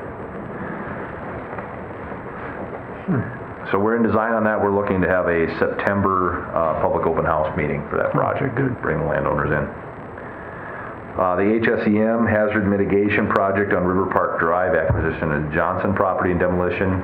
We just finally received approval of the budget amendment. So it has to go through their online system and everything has to be approved in there, but I had signed a form and that was appended to it, so it should be approved fairly soon. We're basically at a point where we can get the contract underway with Sikora Construction for the demolition of the house. So that should be rolling here in the next few weeks. What was the demolition cost? I can remember, Ryan? I think it was in the neighborhood of about $30,000. I think a little bit more of it's hanging over, but Yeah, it's It's going to be a challenge to get that out of a there. couple of weeks since I've been out there, but... They're just gonna cut it and let that piece go into the river. No. Then- No. No, I'm teasing. He should be able to sit with his backhoe and after he gets Pull it out. pull any asbestos or anything like that, just rip it out, pull it out, or reach it down the river there too if he has to. Since you're on that topic, is there any update on that one home, just south of 90, that's on 1, south 1, or State? No, Because we're still working with them. They found one person that could do it, but maybe the cost was a little high. The cost was very high in our opinion. Was it? They're seeking a second contractor to perhaps perform the work. Beyond that, I'd rather discuss that in a closed Right. format. No, I know. I just, I don't know if there's any good news yet or anything on that. Not particularly, but we're trying to work with them as much as possible. Good. Yeah, I know that it's a sensitive, trying to move a It brick is. house, trying to move a Yep. brick house. But Yep. We're also working on updates to our county road safety plan. As you may be aware, we signed an amendment that will authorize the state to administer the contract, but they're going a much different model, quite a high level of local agency involvement this time around. So we will be picking a date for a workshop where my intent is to reach out to some of our emergency response, TZD, invite the county board, and we can kind of talk about strategies that are available to us, which ones we choose to implement, why we do and do not do certain strategies. So that'll be coming probably sometime September, October, November. But we are working on that. And then we did complete the electrical upgrades to the majority of the sites at Daly Park. So they're all 50 amp service now. They're Wonderful. Instead of one feed point, now it's been subdivided into 3 separate feed points, 3 separate fuse panels, all 50 amps. So I know we were having issues out there again over Memorial Weekend with the heat and constantly tripping the circuit breakers. So It's good news. it's a good upgrade. Well, I think we're going to have to take a break. I worry out. So let's, is that it? Take a quick break and we'll come back in about 10 minutes. Thank you very much. I'm just calling the meeting back to order after our break, and we'll start out here with our administrative services. Bob, would you be willing to help us with this a little bit and look at our county minutes and things? Sure. The first item is the county board minutes of May 29th. I'll move the minutes. Second. Okay, we've got motion for approval of the minutes in a second. Any discussion regarding the minutes? Okay, all those in favor signify by saying aye. Aye. Those opposed? Motion carries. Next up would be the bills for the 2 weeks shown on the agenda. I'll move the bills. Second.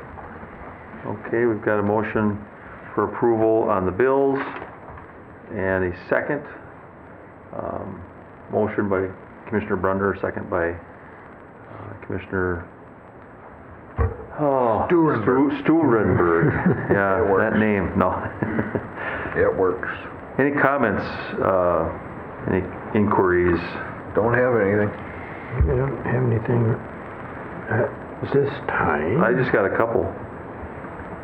First week, INS Group contracted services for $35,478 even. Just wondering what that project is, or... That is engineering work that they've done for 9 different ditches. Wow. So that's probably a good thing. It's an active time, you know, the spring, trying to get to things before crops are fully in and stuff, so very active. Busy. And then Schwickert's, another big company here in town, a building improvement for $22,982. Those are some repairs to our heat pumps at the Justice Center. Okay. And then NAC on week 2, mechanical heat pumps. Well, those things have cost us some money, haven't they?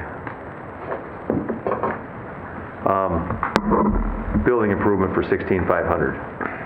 NAC mechanical on week 2. I just didn't know. That's some work done at the library on our air handler units. Okay.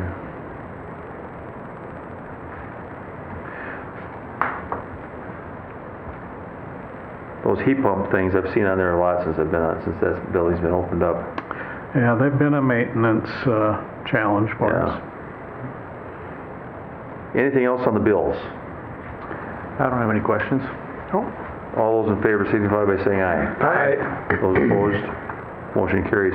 I'd like to ask our county attorney, Pat McDermott, would you like to do yours now, so that if you have to get going or anything like that, or? Mr. Chair, I tell you, I know that time is pretty tight because of all the information on the agenda. What I would simply state is that if you have any specific questions, you or any of the commissioners have any specific questions, the information in the packet was there. Okay. I do intend in the near future to, and I started out this project a couple years ago when Commissioner Brunder was chair and Commissioner People was vice chair. I will be updating them in the near future on our Child Advocacy Center progress and project and kickoff and things. Okay. So with that said, I'll just open it up for any specific questions. Otherwise, I know that time is a little bit more useful. Yeah. Trying to get through the other things at this juncture. No, I know. I always look at the numbers a little bit and see if I can glean something from them, that you provide. Sometimes it looks like we're down a little bit, but then it seems like it catches up by the end of the year or something. It typically does. Yeah, so I see we're probably a little bit lower than what I would expect for the 6 months into the year, but, now we're into summer. Right. Well, and this is actually less than 5 complete months because I believe it was at the end of May when this was, or maybe early last week when this was put together. So look at it as more of a portion. Right. And then, since you mentioned something about the Child Advocacy Center, I just got a thing in the mail. I don't know if anybody else got one too, but it was on the Woodland Hills. It's kind of a treatment facility in Duluth. And I don't know if you've heard about it or anything. They sent out a nice booklet trying to, in a sense, help youth understand if they are going to be going there, understand what it's like to be going there, and that their emphasis is on treatment and trying to help them with their issues and not to be afraid. And they've got quite a few health professionals that work with mental health. And so it was a nice, I could show it to you, but it's a very nice brochure. It's a private? I don't think I got that. Yeah, you didn't get it? It is a private one? Yeah. Yeah, very nice, and it's going to be utilized through the court systems and through, people who need help from the counties. And I'm familiar with the road, so I think it's probably right off Woodland Hills Road up there in Duluth. That's where a lot of family members I have are buried in the Woodland Hill Cemetery up there. Okay. But, so it was just nice to hear about it. I had heard there was a facility there, but the way they presented it was a nice way of doing it. You know what I mean? So that, and that booklet they give to the youth to read through so they're not so afraid. Right. To prepare them for what it's really doing.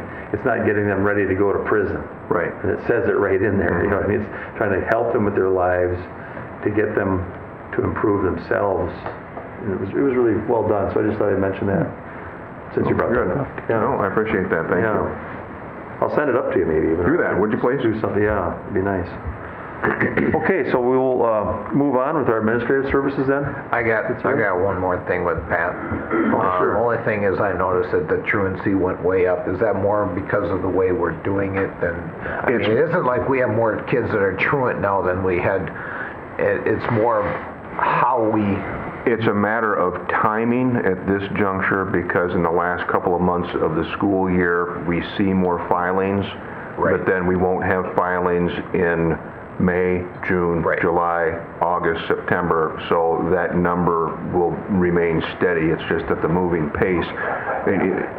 Most of the time I'm tempted to take that one off the scale because it's difficult for people. They sit there and they see that and it looks like a spike, and that's not the case. The actual filings will be, we've increased more in the last couple of years, but it's not out of a great proportion.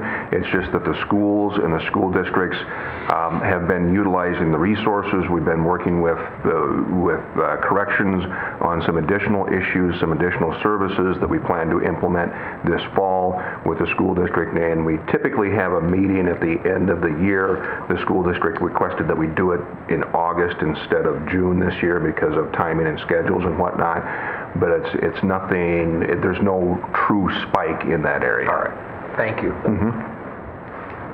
And thank you for bringing that up because it provides for the explanation. Yeah. All right. Should we move on to Human Resources? Mr. Chair and Commissioners, item number 8 in your packet is the Human Resources Department agenda. We do have just informational items for you this morning. You'll see the first 3 items there are filling of various positions, all within the Human Services Department. So we have 3 positions that we've completed our recruitment on. We did receive a resignation in our Taxpayer Services Department. And then the last,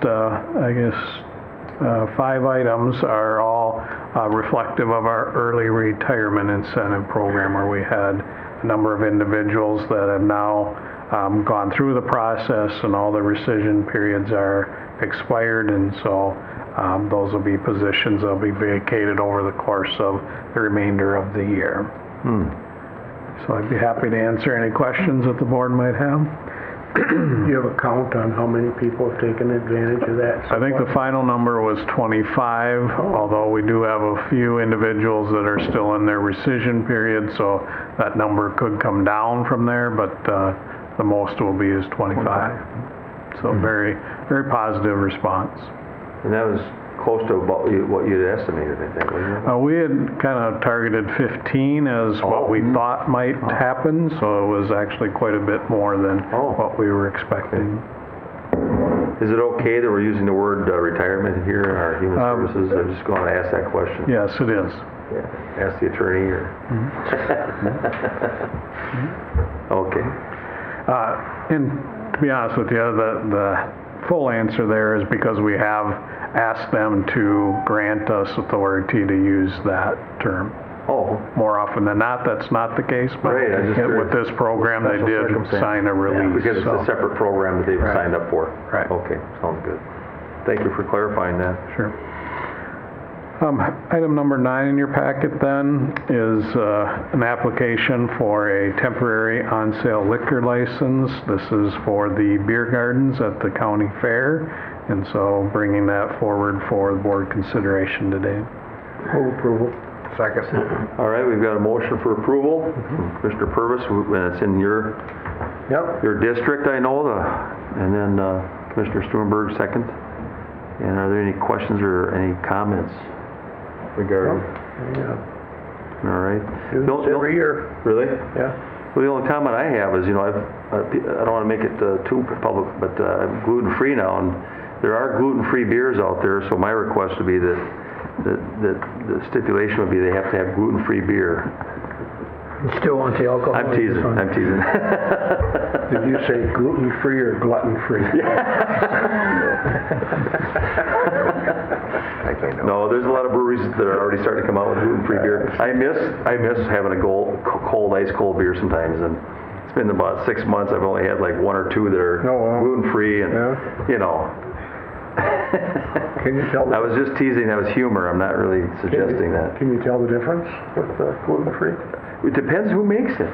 Yeah, I've just had a couple of them, but there's one up in Minneapolis that's very delicious. So yeah. Okay. Well, we're talking about liquor, right? This is the chair's bar report. This is germane to what we're talking about here. We're talking about liquor. We'll just call this segment your chair's bar report. Okay. No. So every year they have this. It's customary to have a beer garden there. As far as I know, it's gone smoothly. And they do a good job. Yeah. So all those in favor signify by saying aye. Aye. Those opposed, motion carries. Mr. Chair and Commissioners, item number 10 in your packet is the financial status report for the end of May.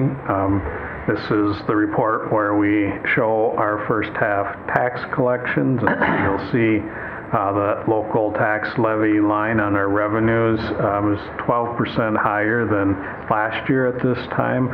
And so I just want to point out that that does reflect some of those early tax payments that were received at the end of 2017, given some of the federal tax law changes. So that is having an effect in terms of our local property tax collections. You'll see that our total revenues sit at $39.6 million, down a little bit from the year prior, but just a little bit less than what we would expect at the end of May for our budget. So again, our state and federal revenues have been lagging a little bit. Some of that I can report that I looked after the last meeting, kind of went back to some of the things that the Human Service Director was mentioning in his previous report, where there were issues with the Joint Powers Board for the South Central Community-Based Initiative and the Supportive Housing Program, where delays in those contracts had an impact on the revenue.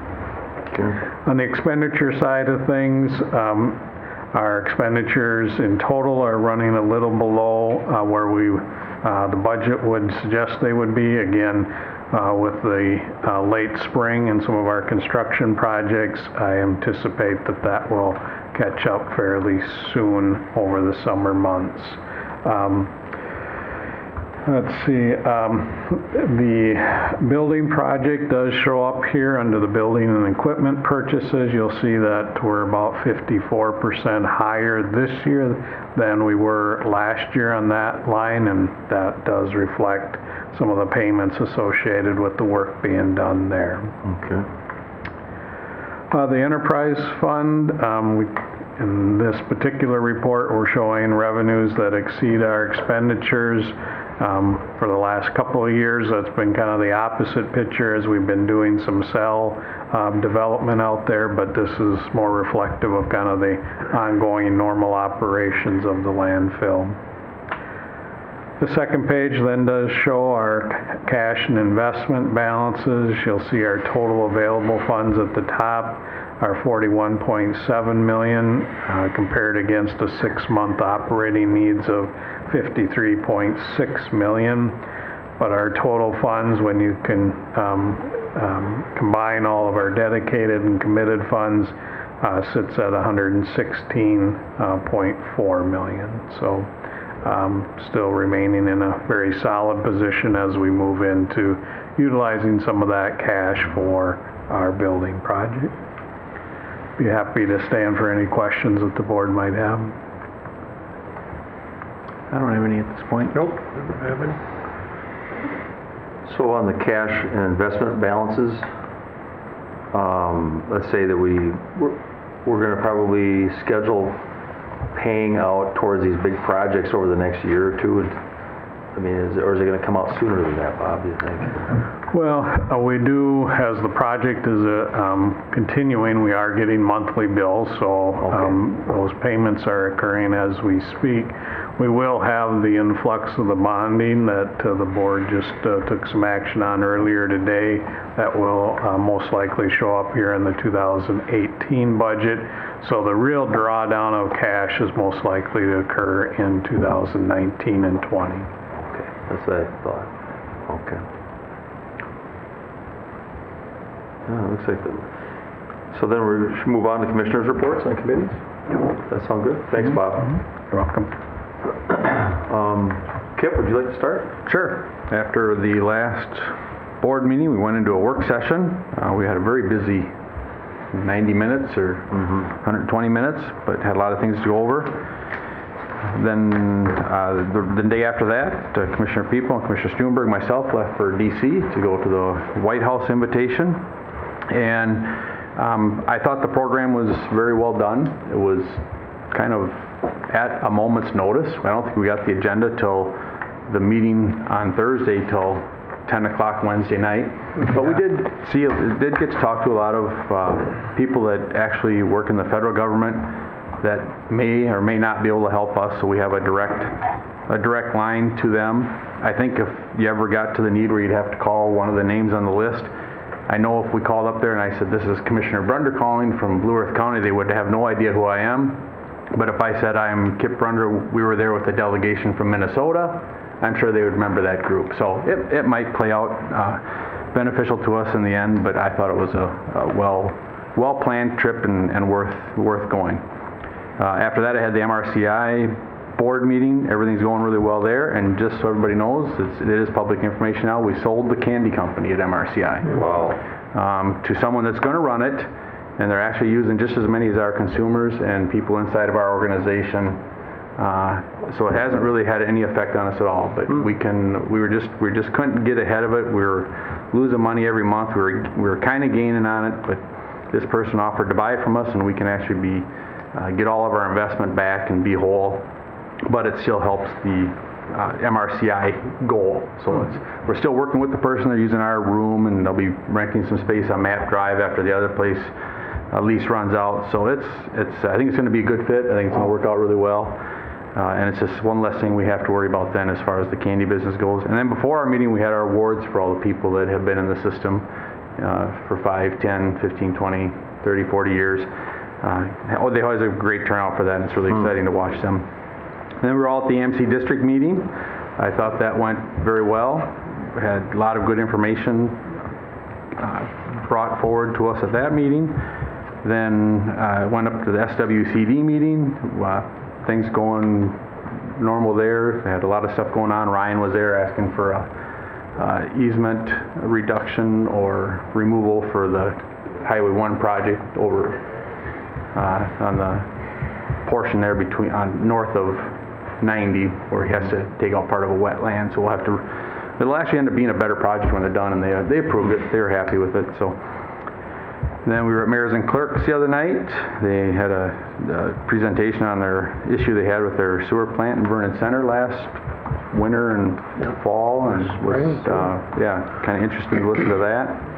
And then we also had our planning and zoning meeting, which I normally don't get to present on that because it's usually already done before I get to give my report, but we did do a transfer development right that was non-eventful, and then we also have a solar farm that has brought a few people out to testify, and we have some concerns that the staff, we've directed staff to move forward and check into.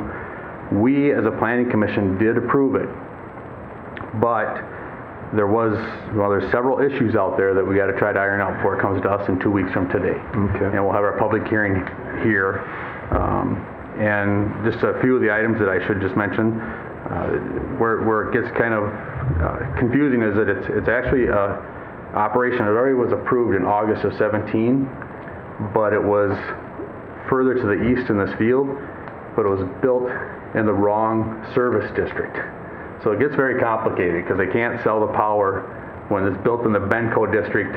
They can't sell it to Excel. Oh, man. It just so now is what they've done is they want to change their plan and they want to bring it closer to the west, and it's very close to some individual houses. It's close to the road. It just brings some other challenges. So it created a lot more discussion than what it did when it was there. So some of the things we've charged staff to deal with is to see if we can push it back at least to the service line, because that'll get it away from the road. Putting up some natural screening of some sort around it and pushing it back. We would like to figure out why we can't build it on the other side of the service district line. You know, that's an energy thing. It's not a planning and zoning issue, so we don't have the answer to that question, so I've directed staff to try to deal with that. Yeah, maybe they have a request for a variance or something. Yeah, and we don't know. And Barry is on the planning and zoning board, and he worked for the city of Lake Crystal for 10 years, so he knew more about it than any of us. But he said it's very difficult to cross those service lines. He said they fought it for years because apparently they have a area in Lake Crystal they subdivided, and it had sewer and water, all the city municipality or all the services, and it was in the city, but it was still on Benco. And they could not service with their power because they have their own power. So That's their Lily Lake edition. is that what it is? I know all about that. So it just creates some questions, but we just need to we have to ask the question that, why is that so difficult to do that? And then there's just some concerns about they put up a lot of poles and some lights and stuff. So we've been having some good conversations with some of the residents, and I'll be continually meeting with them and talking with them for the next couple of weeks. But I hope staff will have some answers. I want to say today they were supposed to meet with the representative and the landowner today maybe, so I might have some answers by tomorrow. So we'll keep you in the loop, but the public hearing will be in 2 weeks from today at 9 o'clock. All right, thank you. Good. Mr. Purvis? Yes, mine's relatively short. Kip mentioned the work session after our last meeting, and then the MC district meeting on the 6th. I also was at Mayors and Clerks and Vernon Center. Very interesting presentation on their issue with their sewage treatment plant. Oh, okay. Also earlier that day, I had a meeting with a landowner over in the Lake Crystal Industrial Park, talk about some issues that he had. And then yesterday I was at the Crystal Seasons for my monthly briefing of the folks there. So it's good to get together with them. They're very engaged, and that's my report. Very good. Thank you. Mr. People? Oh, okay. Yep, of course we have the work session, and then, yes, Vance and Kip and I were in Washington, D.C., and at the White House, and we had a number of people, Skip mentioned a little bit, but we had a number of people that were from various department agencies that would have some connection with people in the county. The Corps engineer, there's the HUD, there was MnDOT, the U.S. federal DOT. Yeah. So there was quite a number of them. and skeptical at first, but they actually, we have their emails and their phone numbers, and I understand that actually they do respond quite fast with people, because they apparently have that list, you know. And of course, we did get a surprise visit by the Vice President midway through, and there's a picture of us with them, you know, for proof. Very nice. Anyway, that was, I think, well worthwhile, and it was the 2 days, fast-paced. Then after that, we did have some of us were at Vance Drew, at the Ferris Johnson, their 125th. Oh, sure. That was, Scott Kelly put that together, and he, kind of unique, everything related to 1893, that was at the event with the year of the establishment of Ferris Johnson. Then, see, June 6th we had her in Winthrop in District 7. We met and took care of business there. June 7th, when you had the mayors and clerks, it's not normal like this, but we had a Mankato Area Planning Organization meeting, and we went through various projects, our tip and everything, and handicapped accessibility, things like that. So nice. It was very worthwhile there too, and that actually concludes my report. Thank you, Commissioner. Mr. Stroberg. I also have a very short report. The last meeting, we had our work session afterwards. Two good meeting. Next day we flew out to DC. I had a meeting with NACO that night, and then the next morning we had a White House tour along with an intergovernmental affairs meeting. We received a complete list of different places. And I have also heard from other commissioners that they have actually made the phone calls, and they've gotten phone calls and emails back within like a day. Wow. So they really mean what they say. This was also the first administration ever to reach out to local governments and have them come out and talk at the White House. I was somewhat pretty impressed, because it wasn't like they were trying to impress us. They just wanted to give us information. They weren't trying to, I think we only had one speaker that really tried to impress us, but that was, most of them was just, this was the information. They want us to know where we could get the information from the federal government. And very impressive with what they did. Again, I went to the Ferris Johnson 125th anniversary, saw Drew and Mark there, and it's pretty impressive that they've been around the area for 125 years.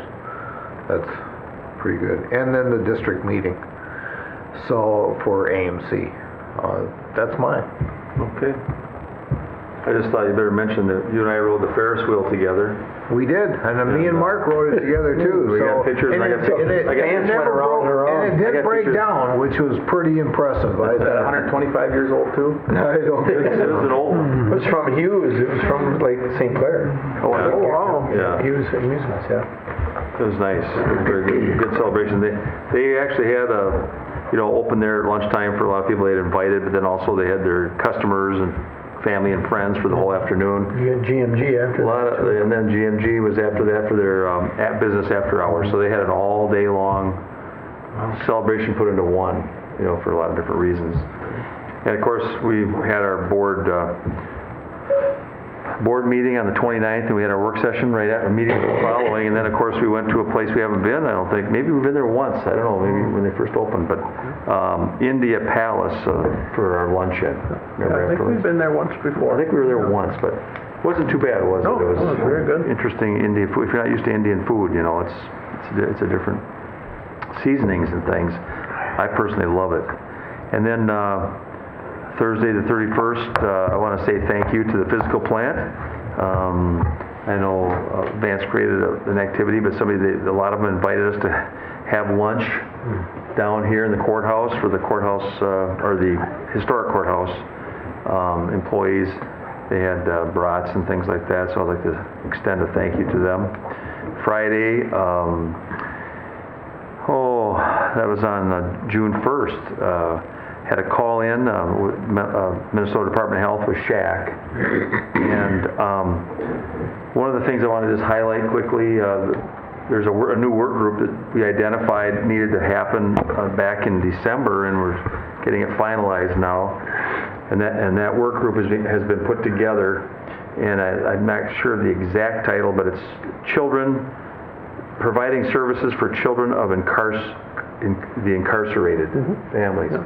And so it's for the entire family, and they're looking more at what we hear about through NACO and AMC and those kinds of things when we go to workshops, to work with justice-involved families, to try to look at what we can do to provide support systems for them so that the repeats don't happen, so that the next generation is better set up out of those families. And so I know Will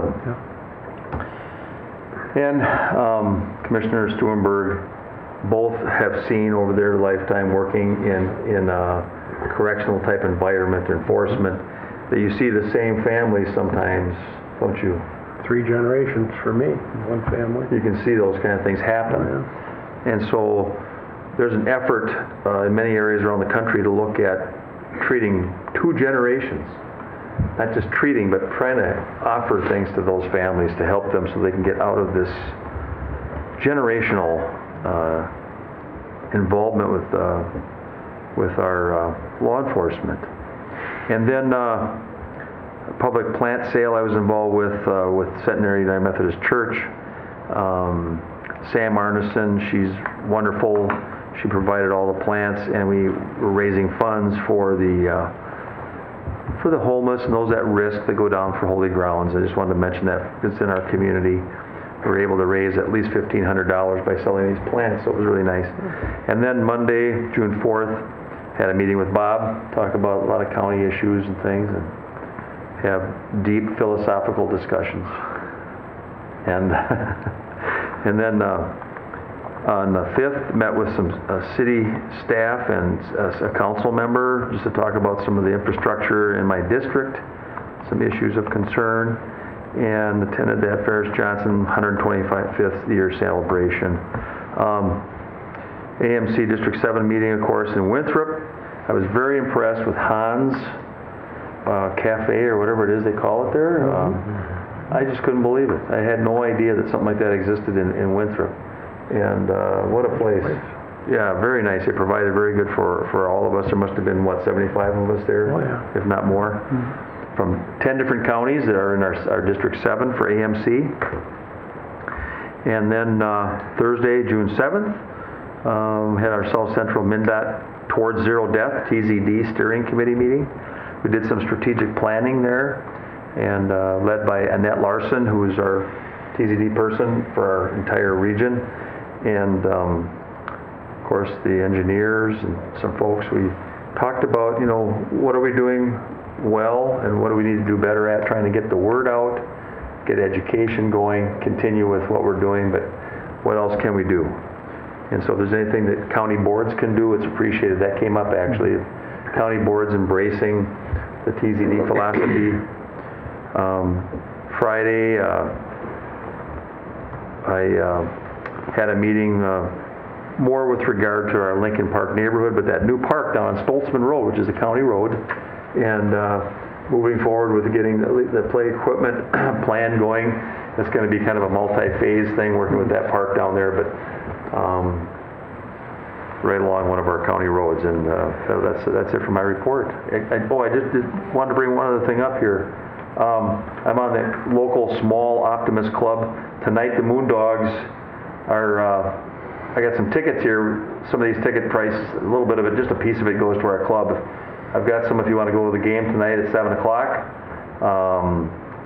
And I think about $3 out of each ticket might go to our club. Oh, nice. If you know anybody else that wants to go, tickets are still available. And hope it doesn't get rained out. I don't think it's supposed to. I hope not. I think it's supposed to clear off. Yeah. The other thing is, I get these in the mail, I just want to bring it up. I get it from the Department of Agriculture, and then whenever you're the chair, I think you get these. And I don't know what to do about it, but I get them. A notification of release of genetically engineered plants in Blue Earth County. Yeah. They're required to notify us about pioneer hybrids and herbicide tolerance, insect resistant seeds that are coming in. We've all gotten those. But you just get them as chair, right? Yeah. Okay. And Statutory or... Statutorily, they're required to send it to you, so they send it to you. Yeah, I've got like 5 of them. I just, I don't know. Okay. So thank you so much for the good of the order. Is there anything else before we go to where we headed? The lakes. Lakes and Lake Going to the Crystal. lakes in Lake Crystal. So, I'll move to recess. all right. Second. We have a motion to recess and a second. We're recessed to the lakes. Thank you.